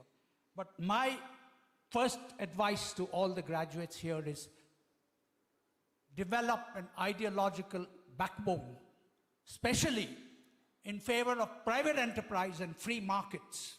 I urge you, please jettison the socialist baggage that we've had for the last 70 years, starting from the mid-90s. According to me, as you might have heard, I was also the first editor of Business India and Business World. I believe we planted the seed of liberalization of the Indian economy, and so I'm a great believer. I believe Indians have a very good tradition of private enterprise, not relying on government, doing things on their own, pushing, building great companies, building great enterprises, building great institutions like this. So I think, and I believe this has also been done without any help, not much help anyway, from government. So I want you all, graduates who are here today, I think I can stand here. I want you all to believe in yourselves and believe you can do it without expecting a lot of support from government. You know, the thing that's gone wrong in the last 79 years, since 1956, when India officially adopted the socialistic pattern of society as our ideology. As you know, India is now a very backward country. So I think the time has come now, all of you graduates, to think deeply about these things, why ideology is important, and what you must do to rely on private enterprise, on yourselves, to apply your knowledge to build great institutions, great companies. So that's my first bit of advice. Thank you, Dilip. Since you've given me the onerous duty of sharing advice, one life lesson I have learned is, which I'd like to pass on to you, is believe in yourself and never stop learning. There is power in not knowing. That's really the way to absorb all the shocks and hurdles of life and find solutions. I mean, the world is changing so fast. Until, I think, just about a year ago, the world was known as the VUCA world, which is volatile, uncertain, complex, and ambiguous. Now I'm told the new term is the Barney world, which is brittle, anxious, non-linear, and incomprehensible. So you need to develop a growth mindset instead of a fixed mindset. Believe that you can continuously improve, learn, and most importantly, apply that learning. I'm going to give you, a personal story, a personal anecdote. Dilip and I, almost 15 years ago, traveled to the US to raise investment for Education World. And there we met a very famous educationist and philanthropist, Lowell Milken, who at that time ran the largest chain of preschools called KinderCare. That's where we were first exposed to, learned and understood the importance of early childhood education in the education continuum, and learned also about the work of, the famous Nobel Prize-winning economist, Dr. James Heckman, who famously, said that $1 invested in early childhood education saves $16 later on in remedial education. And he also famously said that it's easier to build strong children than to repair broken men. So when we returned to India, Dilip and I, one of the first things we did was, under very difficult circumstances, we organized India's first early childhood education global conference in Mumbai in 2010. And the same year, we introduced the country's first rankings of preschools. Yes. So we learned something, we came back and applied that. And almost a decade of advocacy later, early childhood education is one of the pillars of the National Education Policy 2020. Those of you who know about the National Education Policy will know that now early childhood, professionally administered early childhood education is compulsory for all children between age 3 and 6. So I think this is one example, as we said, of we learned about early childhood and we applied the knowledge. And we kept on persisting with that, and now it's part of National Education Policy. Early childhood, professionally administered early childhood care and education is compulsory for all children. And we believe that will have a great impact going on into the future because, as she said, it's easier to build strong children than repair broken men. And that's what's been happening all these years. So I think that's one of our achievements. And not to boast about ourselves, the other achievement we pride ourselves on is that we have introduced the idea, it's the very important idea, that all students in higher education must also have a skill. Skilling is very important. When we passed out of university, we just got a degree and we knew no skills at all. Now it's very important for all of you, those of you who already passed out, whom we are felicitating today, must acquire a skill. Please go online, whatever. You should always have a plan B. As Sumya said, this is a very VUCA world, volatile, uncertain, complex and ambiguous. Complex and ambiguous. It's a very uncertain world, so always have a plan B, whether it's music, whether it's gardening, whether it's, you need some skill to supplement your degrees that you received here today. That's my advice to you. And also, the other contribution I believe Education World has made, and Parents World, is to emphasize the importance of research. India has a very poor record of research. We spend only 0.6% of our GDP on education. In countries like the United States and so on, it's 4%. In Korea and China, it's over 4%. The result is that in India, we are not, and I hate to say this, we have 47,000 undergraduate colleges. We have 1,168 universities. We have 43 million children in youth in higher education. But in the last 75 years, we have not produced a single game-changer product, service, or disruptive technology. So I think all of you need to ask, and why? Today, we are talking about defense. We want to produce a jet plane, but we have to import the engine. We've invented everything else about the jet plane, but not the engine. So this is a shameful record. So I would urge Dr. Glenn and others, it's very important in your university to really invent something new, as I'm going to say later on, what exactly, perhaps I can give you some assignment for how you could invent something new and something useful, but research. So 3 things: early childhood education, skilling, and research are very, very important things, and all of you must bear that in mind. And yes. Okay. Now moving on, another lesson which Dilip and I learned very early on when we started Education World was that it was very important for us to succeed in our personal and professional lives, but also to have a superordinate goal, to uplift society as well as people at the bottom of the pyramid, because countries can't become developed unless all people prosper. So when we started Education World in 1999, we set ourselves 2 goals. One, a personal one, which is to make Education World a financially independent, viable, successful business enterprise. And the second one was, we set ourselves, in fact, a mission statement, which unusually goes on, unlike I don't think any media enterprise has that. All our letterheads, everything carry this mission statement. I quote, which is to build the pressure of public opinion to make education the #1 item on the national agenda, unquote. And why do we say public opinion? Because politicians are not going to do it. For the last 79 years, the national expenditure on education has been between 3 and 4%. Way back in 1967, the Kothari Commission said that you must have a minimum of 6% of GDP spent on education.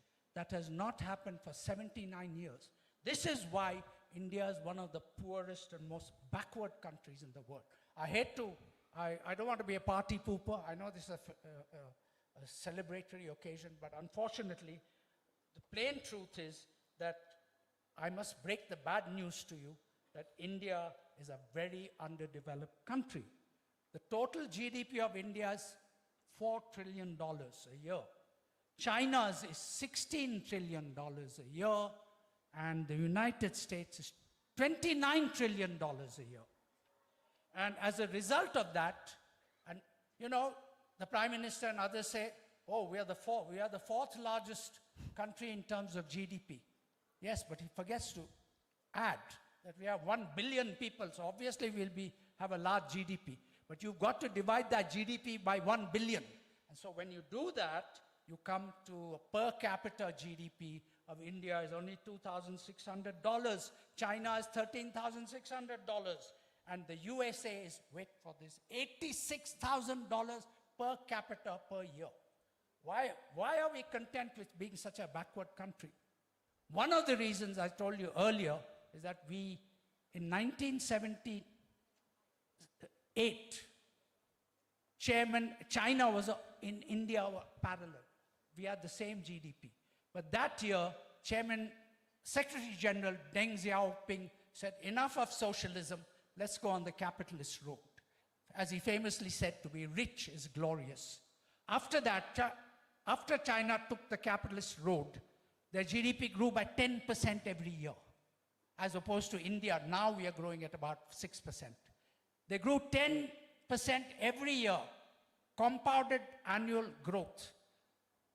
And as a result of that, their GDP today is $16 trillion compared to our $4 trillion.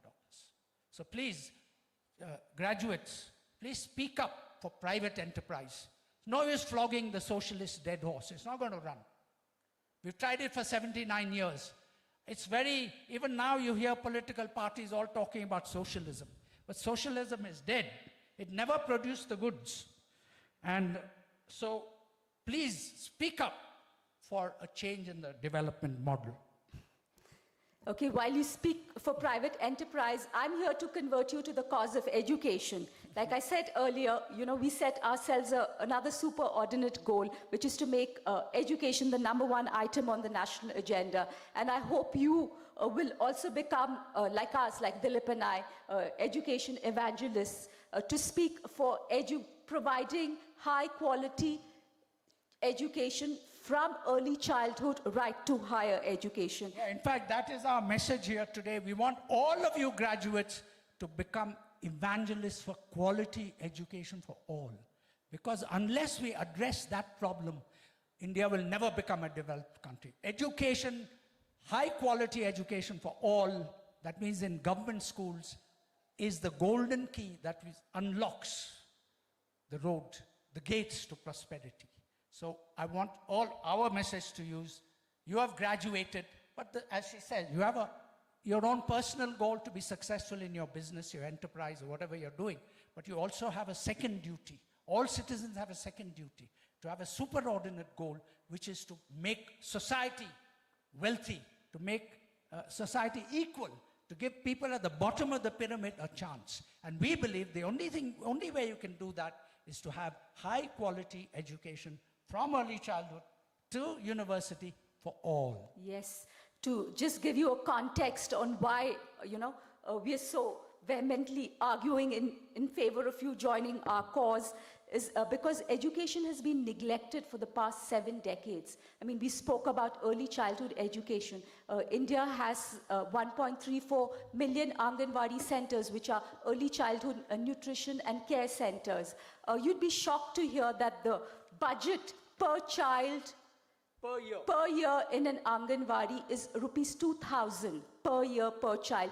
That's barely enough to cover nutrition. Forget about, giving them high quality, professionally administered early childhood education. Now, when you move to the school continuum, what's happening there? We have 1.47 million schools, 248 million children enrolled in school. That's one of the largest school cohorts in the world. Populations, yes.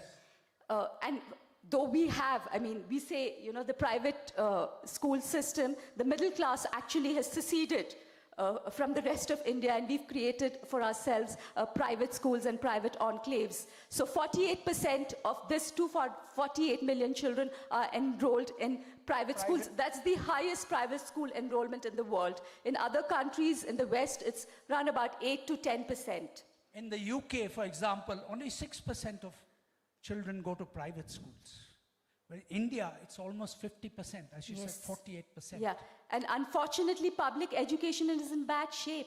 54% of children do not complete secondary school. So 248 million children have enrolled, and by the time they reach college, we have in university only 43 million children. So we've lost 205 million children en route, which we believe is an unprecedented wastage of human capital. Exactly. And by the way, the total number of graduates every year, including you all, the people who graduated today, is only 10 million. Yeah. Out of a nation of 1.4 billion. So there's a heavy responsibility on you all and all graduates, not only to work for themselves. India has the largest middle class in the world, almost 430 million strong middle class. But what's happening in the Indian economy, everybody is working for these 430 million. Nobody is working for the other 1 billion, who are the poorest, most neglected people in the world. And at least if you can't work for them, speak up on their behalf that they should get a good education so they can fend for themselves. One of the most important things that the government of India has not understood for the last 50, 70 years, that it's better to teach a person to fish than to give him a fish. 800 million people today in India are getting free rations. Instead of doing that, why don't you invest, we say, that money in education so that they can learn to fend for themselves. Unfortunately, even today, only 4.7% of our entire workforce has received any form of vocational or skills training. Yes. The reason, only 4%. And in Korea, it's 86% of all people working in factories or wherever, they've got some kind of formal skilling. The result of, because we've not paid any attention to skilling or skills education, is that we have written some numbers here. One second. Yes, that we have very poor productivity. We have very poor productivity.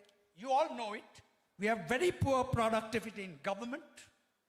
Everything moves so slowly because people are not well educated. They don't understand the value of time. We have very poor productivity in the judiciary. There's a 50 million cases backlog in the judiciary. It takes 10 to 15 years for a case to be disposed in the judiciary.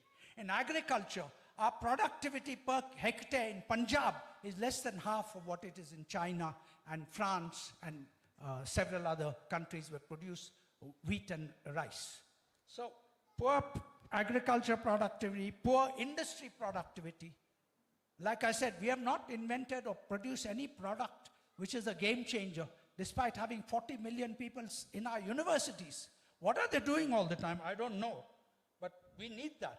Plus, there's heavy income inequality in this country because of neglect of education.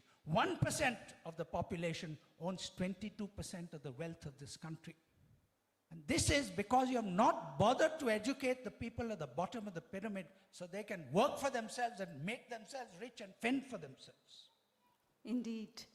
So, our plea again, unfortunately, the Neta Babu Brotherhood, which still runs the country with an iron grip, is unlikely to change as they have a vested interest in the status quo. Neta Babu being politicians and bureaucrats. Therefore, the onus is on us citizens, and especially graduates. We just said you're the privileged few.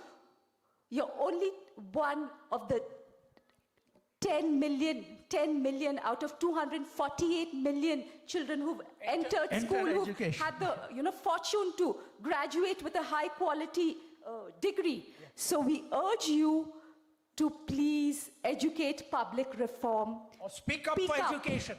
Ask for a bigger budget. Ask your MLA, madam, you can ask for your MLA to speak up for a bigger budget for education. Yes. It's very important. And you know, one thing I need to add also here, that in 1991, there was a liberalization, so-called liberalization of the Indian economy. And Business India and Business World, the magazines I was with, we were the first people to plant the seed of liberalization. But even today, this is 1991, that's what, some 30 years after liberalization, do you know that industry is governed by 1,536 acts of the central and state governments, 69,000 compliances, and 11,000 filings. The result is, industry is not able to record the 6 to 8, the 10% growth that we need. The economy is not able to record those growth because there's so much bureaucratization, so many controls. That's why I said to you earlier, please speak up for private enterprise. And the result of this, so many controls, is that micro, medium, and small-scale enterprises are virtually destroyed. These are the backbone of China's progress. Small-scale enterprises, which produce 40% of the GDP of this country, are strangled by red tape, and nobody is speaking up. We carry on. Oh, we say we are doing wonderful, and that we have the highest growth rate in the world, 6% and 7%. But we need 10% to make up for the last 70 years. And that won't happen unless you all speak up for education and you speak up for the end of socialism. So, you know, from passive citizens, we need to become active citizens. And very often, you know, when I speak at schools, etc., a lot of people, students, young people come and say to me, how will one voice matter? How, you know, us speaking up will matter? It's not going to change things. Completely wrong. I mean, the story of education world is actually just, you know, the two of us. And I think we've been fairly, if not wildly successful in moving education higher up on the national development agenda. And, you know, just again to give you a little thing, way back in 1955, Rosa Parks in Montgomery, she was just one woman who refused to give up her seat to a white man in a bus. She was a black woman. Who refused to give up her seat in a bus to a white man. And just that single act of defiance fueled and gave impetus to the entire civil rights movement in the US. And in 1965, that's about 10 years later, the Civil Rights Act was passed in the United States, which made sure that all black people had the right to vote. So we believe, in short, what we're asking you is that citizens must speak up and not be innocent bystanders on public issues. The middle class in this country, I regret to say, have been very inactive in these matters. And I also want to say that the universities and so on have not got involved in public affairs. And they have not done things like research, speaking on public policies. When we go to interview academics and others, all of them don't want to speak on public policy because they're scared that the government may say X, Y, Z to them. But that can't endure. Everyone has to speak up. That's the whole idea of democracy. Yes. I think we've given you a lot of statistics, data, but I don't think so. It's all gloom and doom. Yes. Like Glenn said in his welcome address, there's hope in the hills. You're entering an exciting world full of possibilities beyond your classroom with a lot of hope and promise. You know, the purpose of our speech today is we just want you to add a little bit of purpose in it. So every challenge presents an opportunity to leave your mark on the world, India, and especially the Northeast, to make a difference. Like Dilip said earlier, China's GDP and India's GDP were almost the same in the 1970s. Today, they're an $18 trillion economy. We are only a $4 trillion economy. They have 10 to 15 universities in the top 200 world university rankings. And the latest is, I just read it this morning, the research in AI, artificial intelligence, which is the next big disruptor. China's research quantum there surpasses the combined efforts of the US and the West. So if they can do it, we can do it, and you can do it. Yes, let's not accept second-class status. Most Indians, when we tell them things about, oh, we want to emigrate. No, Americans didn't emigrate to India when things were bad in the 1930s when there was a depression. Why should you want to emigrate? Clean up the mess here. That's what we need to do. And the way to do it is through education. Don't think of as you've understood, Donald Trump's visa regulations, XYZ, all countries are shutting the doors to Indian education. We urge you not to think of the emigration option. Let's clean up our own mess, build our own institutions, and make India a great country. Yes, and on that note, you know, we always say when we go to universities that, you know, we want universities to become the hubs of research. We were here 10 years ago, and now when we've come back, my God, the traffic in Shillong is, I think, worse than Bangalore's. Yes. So we want you to use, MLCU to use the city as the curriculum to see how you can bring about change. Exactly. Actual change. The best minds of the country, the best minds in Meghalaya are in your universities, not in your bureaucrats. So, please apply your mind. When I see Shillong, it's going the way of Bangalore. The motor car is everywhere. There's no place for people to walk. So, I urge you in Martin Luther University, come up with a plan. How do you make Shillong a livable city? Only you can do it. Don't expect the bureaucrats to do it.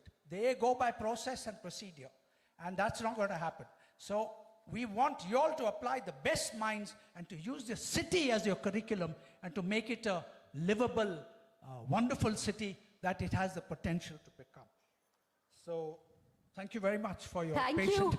We appreciate your, patient listening, because in today's world, focus is the most important and valuable gift you can give anyone. So thank you for your attention. And we're sorry for haranguing you and perhaps giving you an onerous burden, but we wish our graduates who are leaving from here the very best. Yes, a big round of applause to the graduating batch of 2025.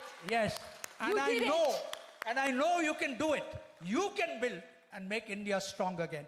I want to leave you with the thought that until 1757, India, that's only 200 years ago, India was the richest region in the whole world.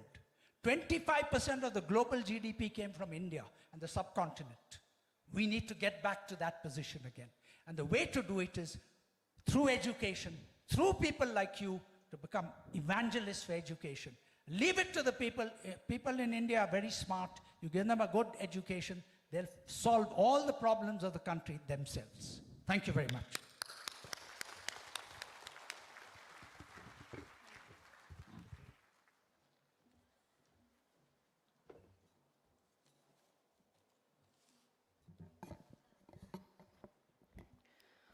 Thank you, sir. Thank you, ma'am.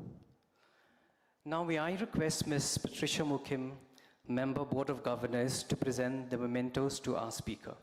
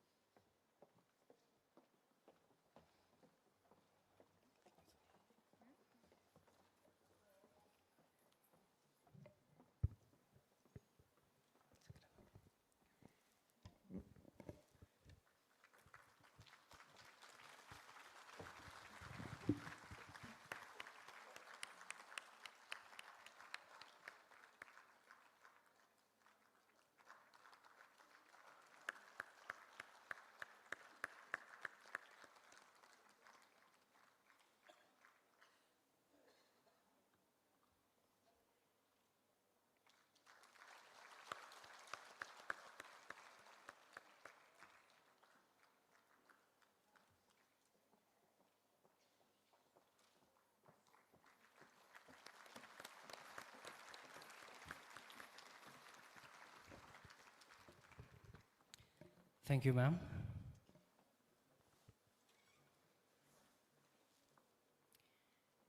We will now acknowledge the outstanding achievement of our alumni by presenting them with the Alumni Awards.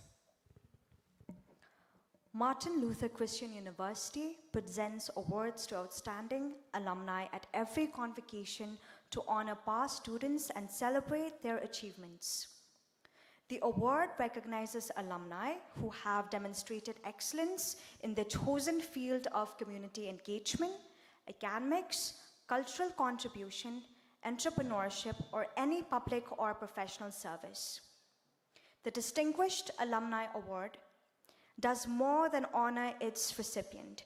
It is a demonstration of the mission and ideals of the university. It brings pride to the faculty, staff, and alumni, and provides role models for the students. May I request Dr. Larilin Kharpuri, Pro Vice Chancellor of the University, to present the award to the following recipients. Ms. Iwanmi Haka Pakma, BSc Medical Laboratory Technology, Class of 2013.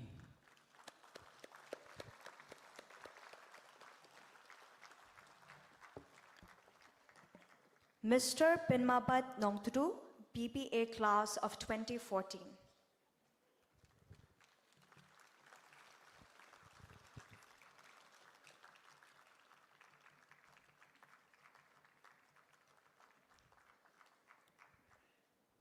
Mr. Soki Lapasam, MSW Class of 2019.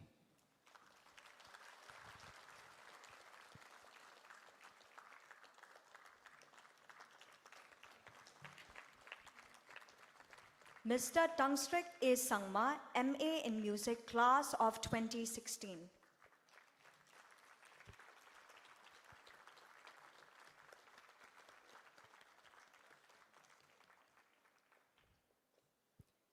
Mr. Truman, alias Basayomaj, MSc Counseling Psychology, Class of 2015.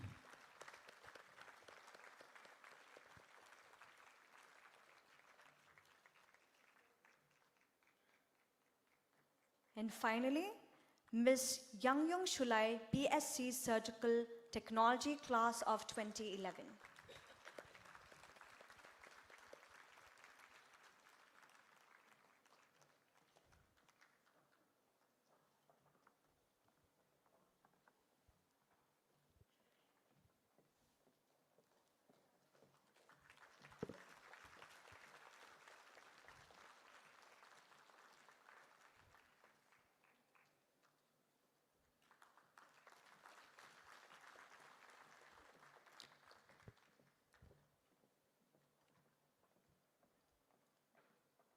Thank you, ma'am. I now request Ms. Sonia Alma Eltron, Senior Finance Officer, to introduce our chief guest.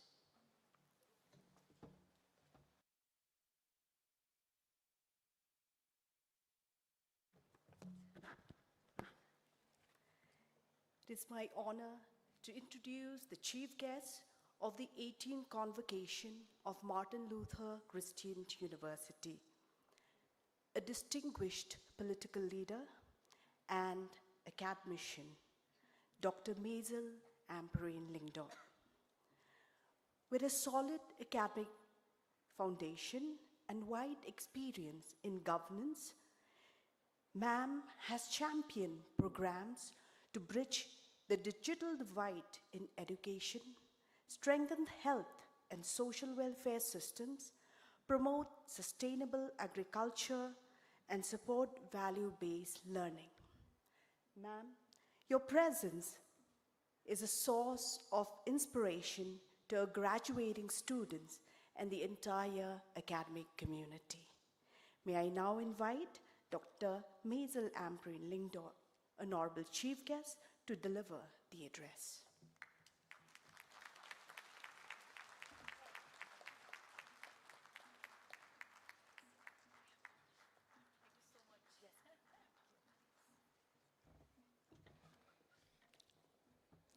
A very good afternoon to one and all.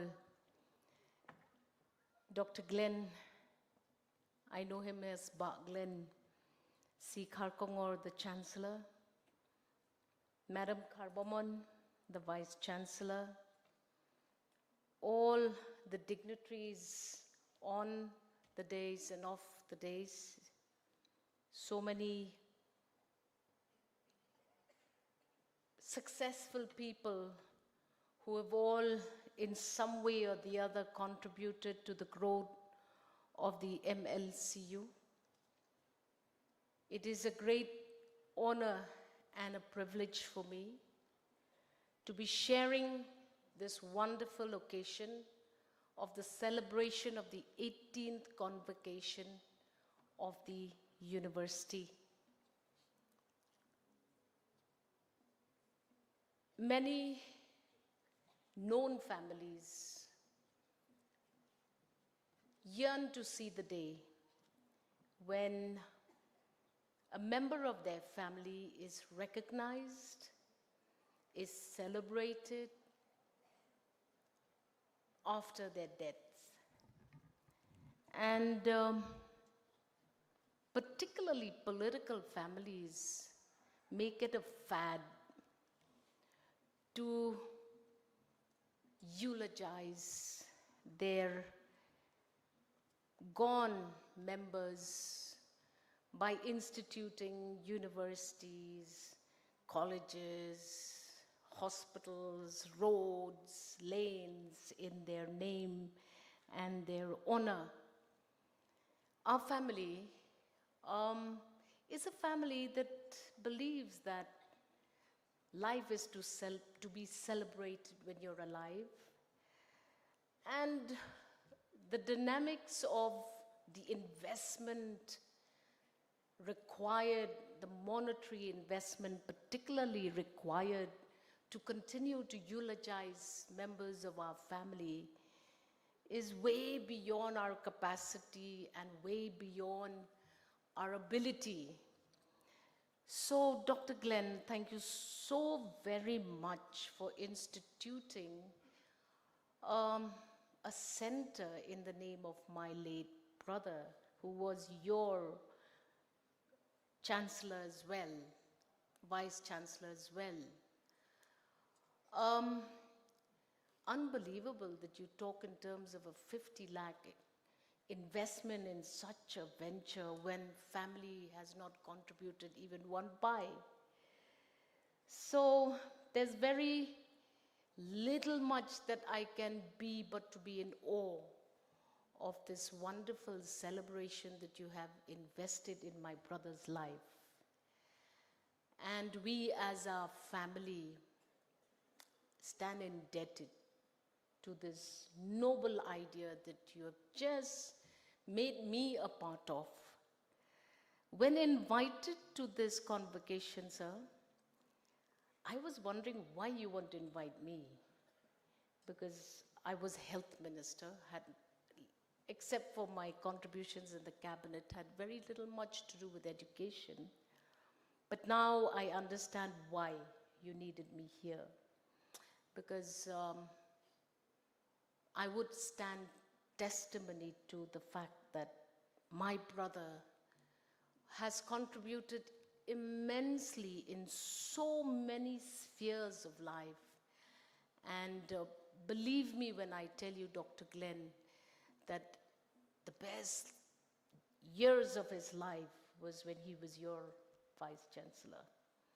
That was the most uncontroversial, most peaceful life that my brother had. We are in awe of this generous recognition. And yes, you have an able chairperson who's going to be heading this committee, none other than Kongpat herself, who's another individual who has established herself as standing alone in the advocacy of not just education for all, quality education, but a balanced view of life. So I believe that Kongpat will do justice to this wonderful idea that you have just shared with all of us. I, again, want to thank the two special speakers, Dr. Ramesh C. Dekar and his wife, Dr. Looking for your name.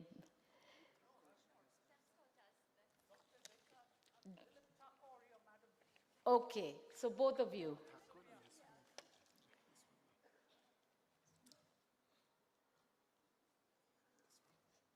Yes, Sumiya and Dilip Thakur, yes. We need individuals in this nation to guide and have a futuristic view of what is it that we're not doing right. Very often when academicians and politicians meet, there is a tendency for both of these two individuals to try and justify some of the things that are being done and the reason of why we need to do things the way we do. But I'm happy that you have both just opened a Pandora box, especially for the distant citizens of states, faraway states like the state of Meghalaya. Anything with regard to privatization is looked at very suspiciously. We cannot get away from the socialist view into the corporate view, because I feel that predominantly Indian minds have been so conditioned that the moment there is a deviation from the common practice, there's going to be immediate suspiciousness.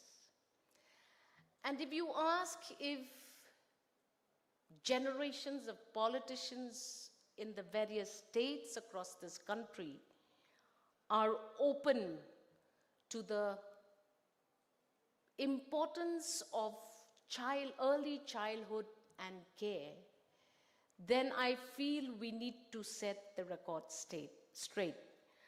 The government of Meghalaya is very concerned with the big gap that we have in early childhood and education. And we have tried our best to ensure that the community participates in this big gap. On the one side, you have the government who will come up with its policies and plans. And on the other side, you have the critics who will say that this is right, this is wrong, this is not correct. But the biggest chunk of stakeholders that we refuse to take on board is the community itself. We are trying this to a large extent in the healthcare sector, because we have now realized that if immunization in its strength is still rejected by the community, then we need to handhold community themselves. I have also held education in my political career.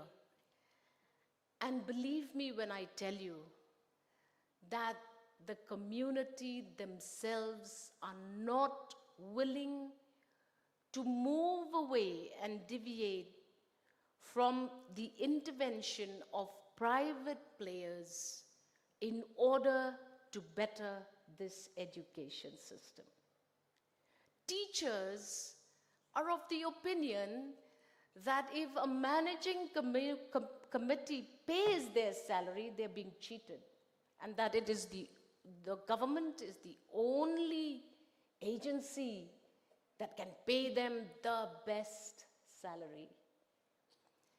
We are slowly moving away from benefits, post-retirement benefits in all spheres of governance. And education as well is an important factor to ensure that citizens understand the value of educating a child. In our rural settings, you will not believe it, till today, as I travel the length and breadth of the state, I am faced with parents who still do not understand the value of sending a child to school. Government entities start school as early as 7 a.m. and pack up school by 11, and the kids are off tending to their daily chores in their families. Such is the critical situation of the education system. Government has instituted so many scholarships to handhold citizens to acquire education.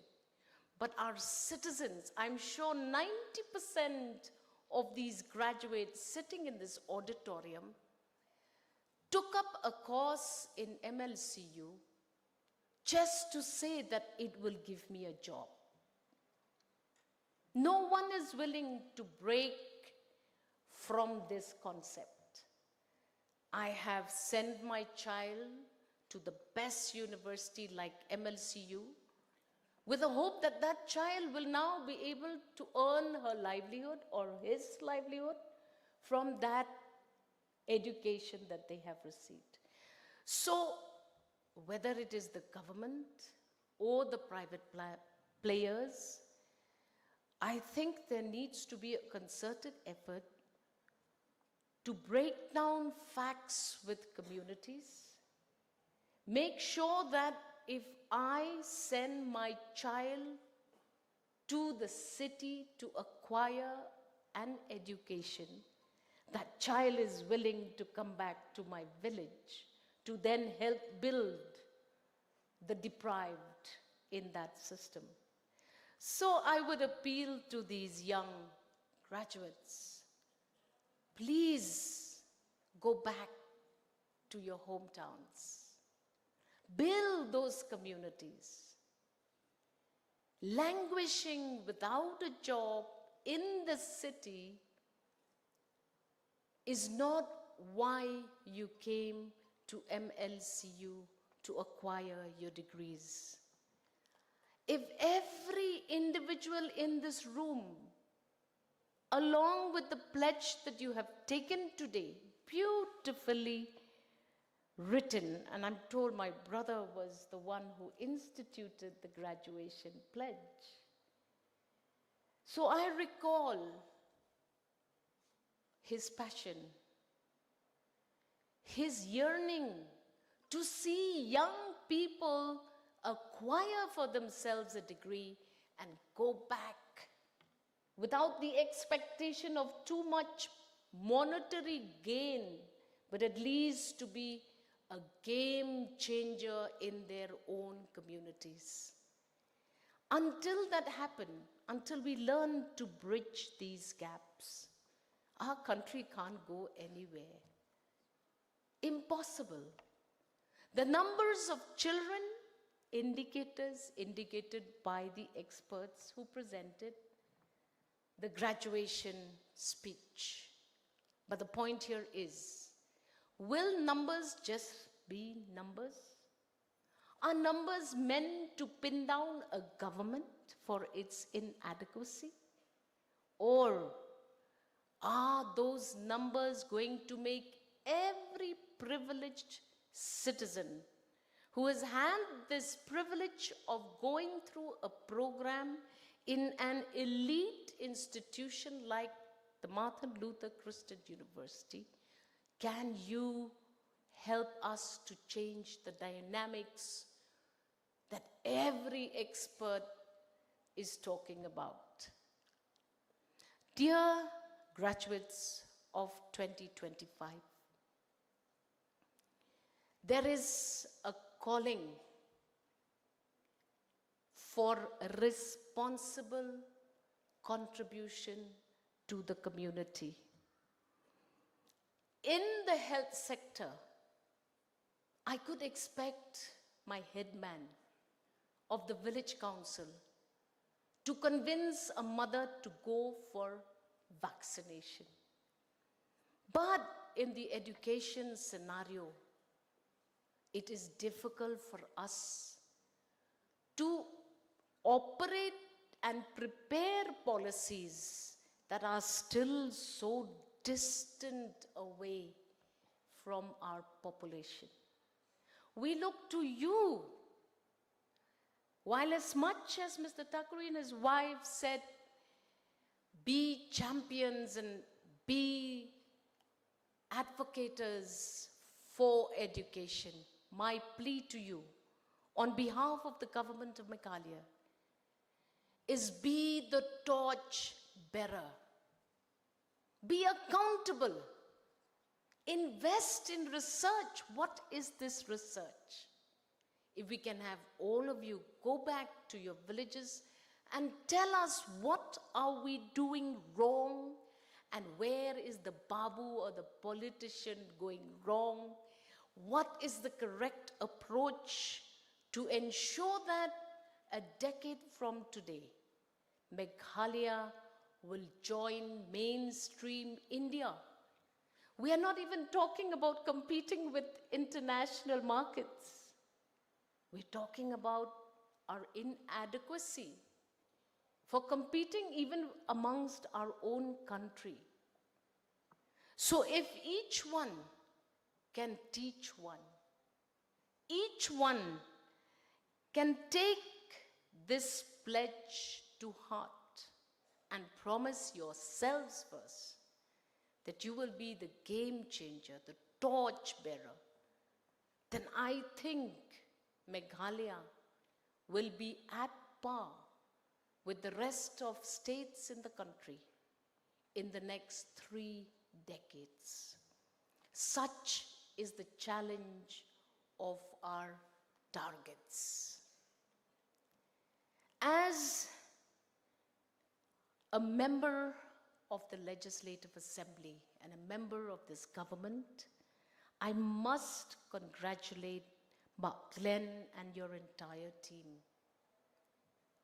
Amongst all the private universities that came into existence in the state of Meghalaya, the MLCU is the only one standing tall. I cannot imagine that today itself a little over 1,000 graduates in various degrees have received their degrees. Now that is a big achievement, a big milestone. And I urge on the MLCU to continue to fight the difficult challenges that you have.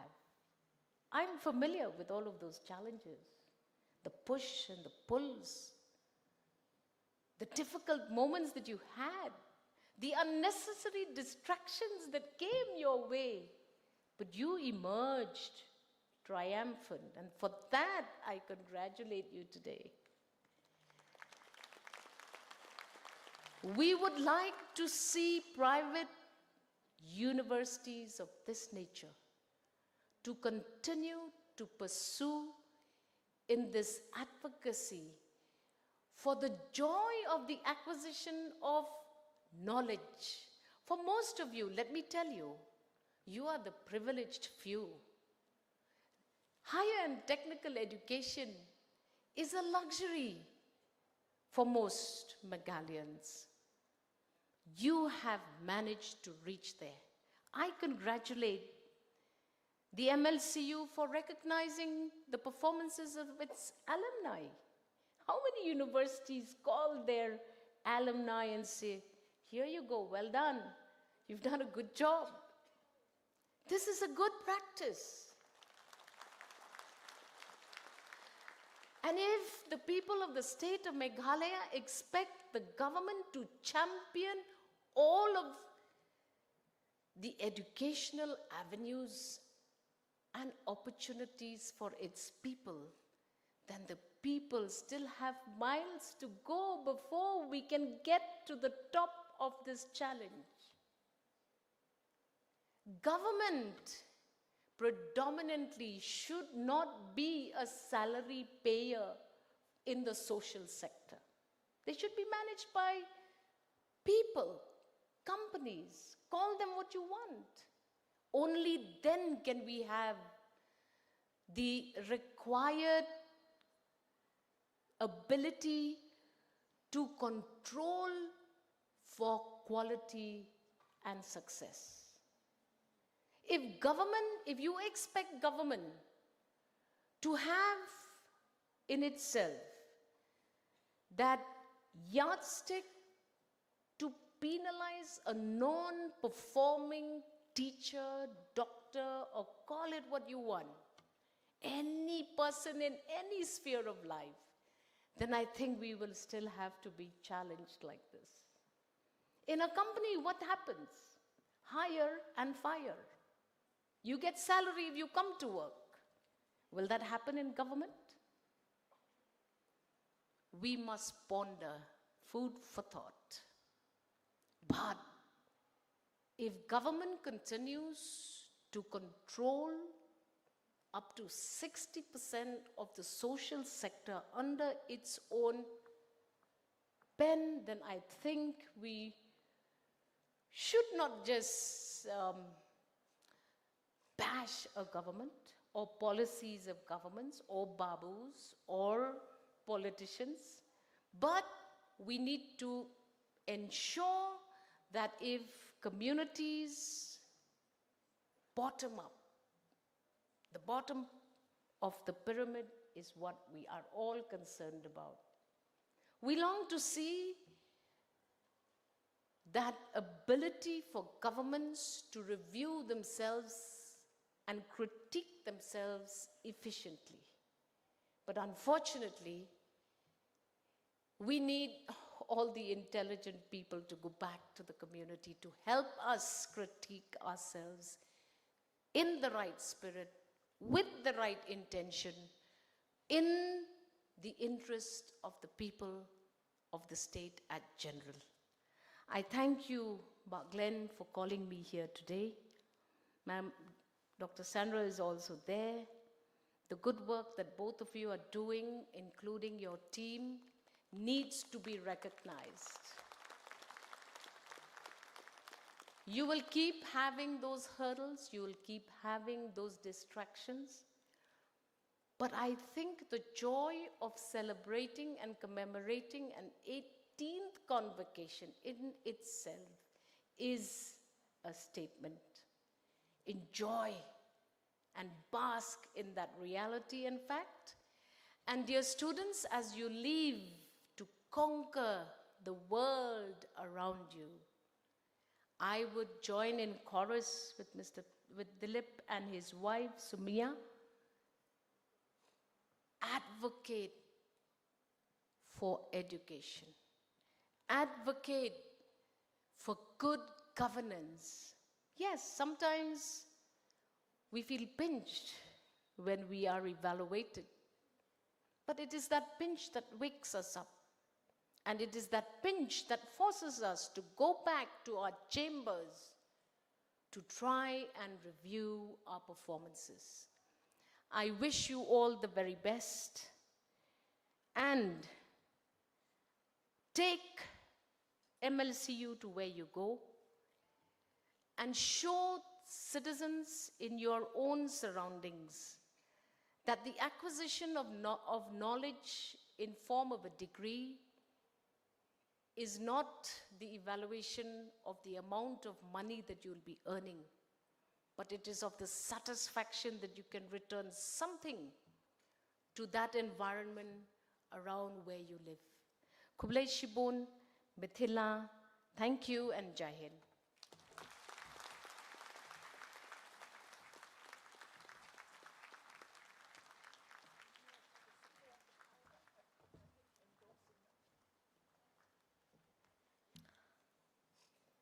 I now invite Dr. Glenn Karkongo to present the token of appreciation to Ms. Measel Ampreen Lingdong.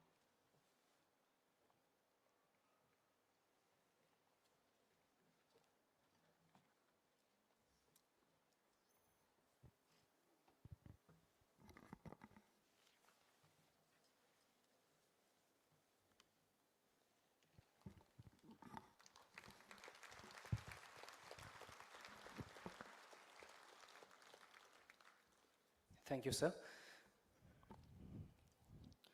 Martin Luther Christian University appreciate the invaluable support, collaboration, and guidance of our partner organization and institute. Their commitment to engage with our student and staff has enriched our experiential learning, connecting classroom learning with the real world and preparing future professionals. We look forward to many more years of working together to create a brighter and more equitable future for individuals and communities. As a gesture of our appreciation to our partner organizations and institute, I now invite Mr. Malcolm D. Roy, Pro-Chancellor, to present the token of gratitude to the following partners.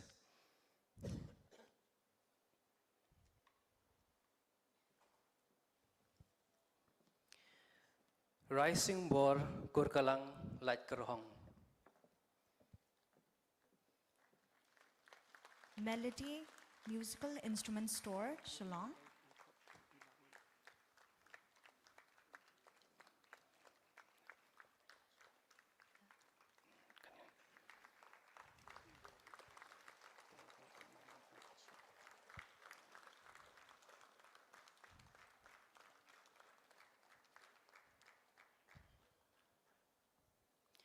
Dimapur District Hospital, Nagaland.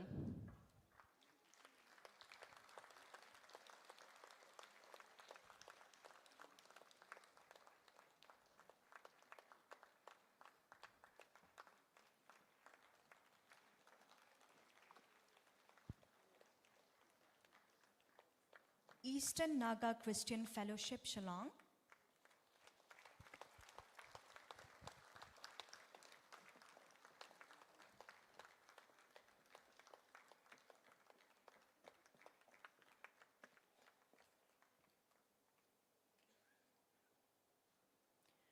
Clara Tours, Shillong.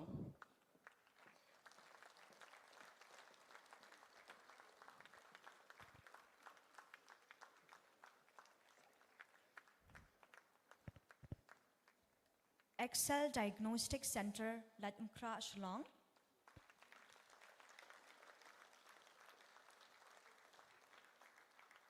State Food Testing Department, Pasture Hills, Shillong.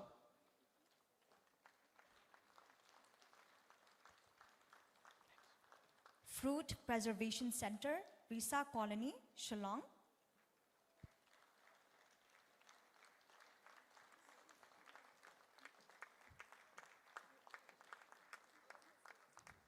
Prime Meghalaya Polo, Shillong.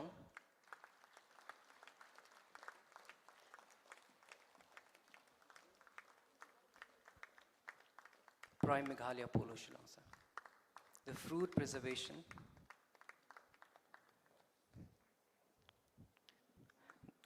Prime Meghalaya.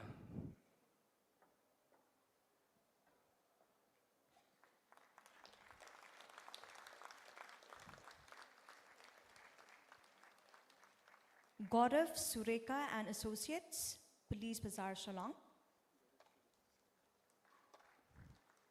Brookside Adventist Higher Secondary School, Shillong.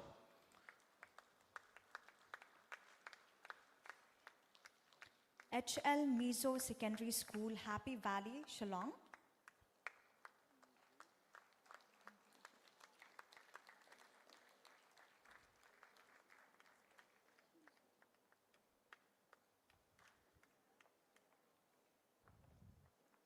Asha Deep, Guwahati.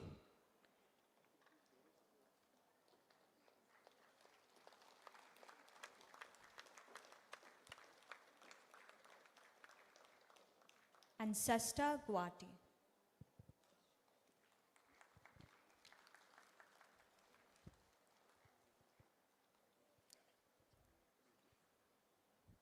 Thank you, sir. May we have another round of applause for our partners?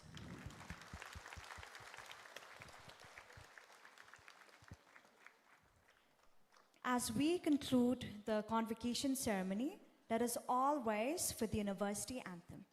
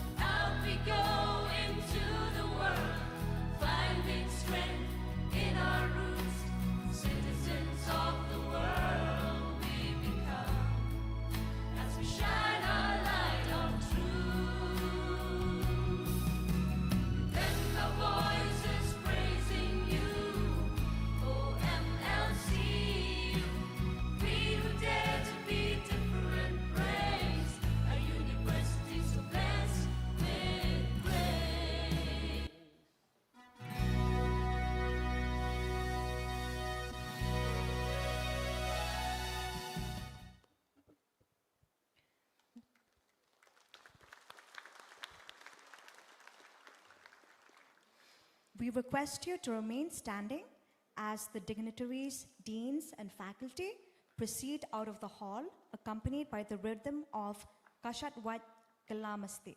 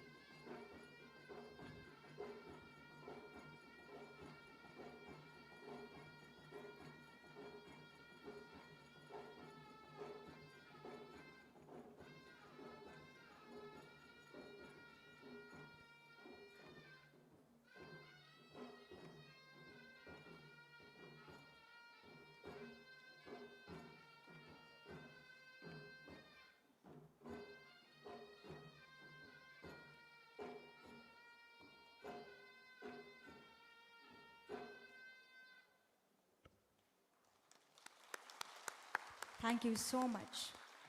Now I have some more important announcements. I do have 2 debit cards here. The owners of these debit cards kindly come backstage and collect them. Also, please note that another exciting event called the Aurora Borealis will be held in this hall from 3 p.m. onwards. We will have musical performances by various artists, including Brothers in Jam, Cruz, Dalariti, and DJ Zethan will be featured. Graduates, kindly be seated.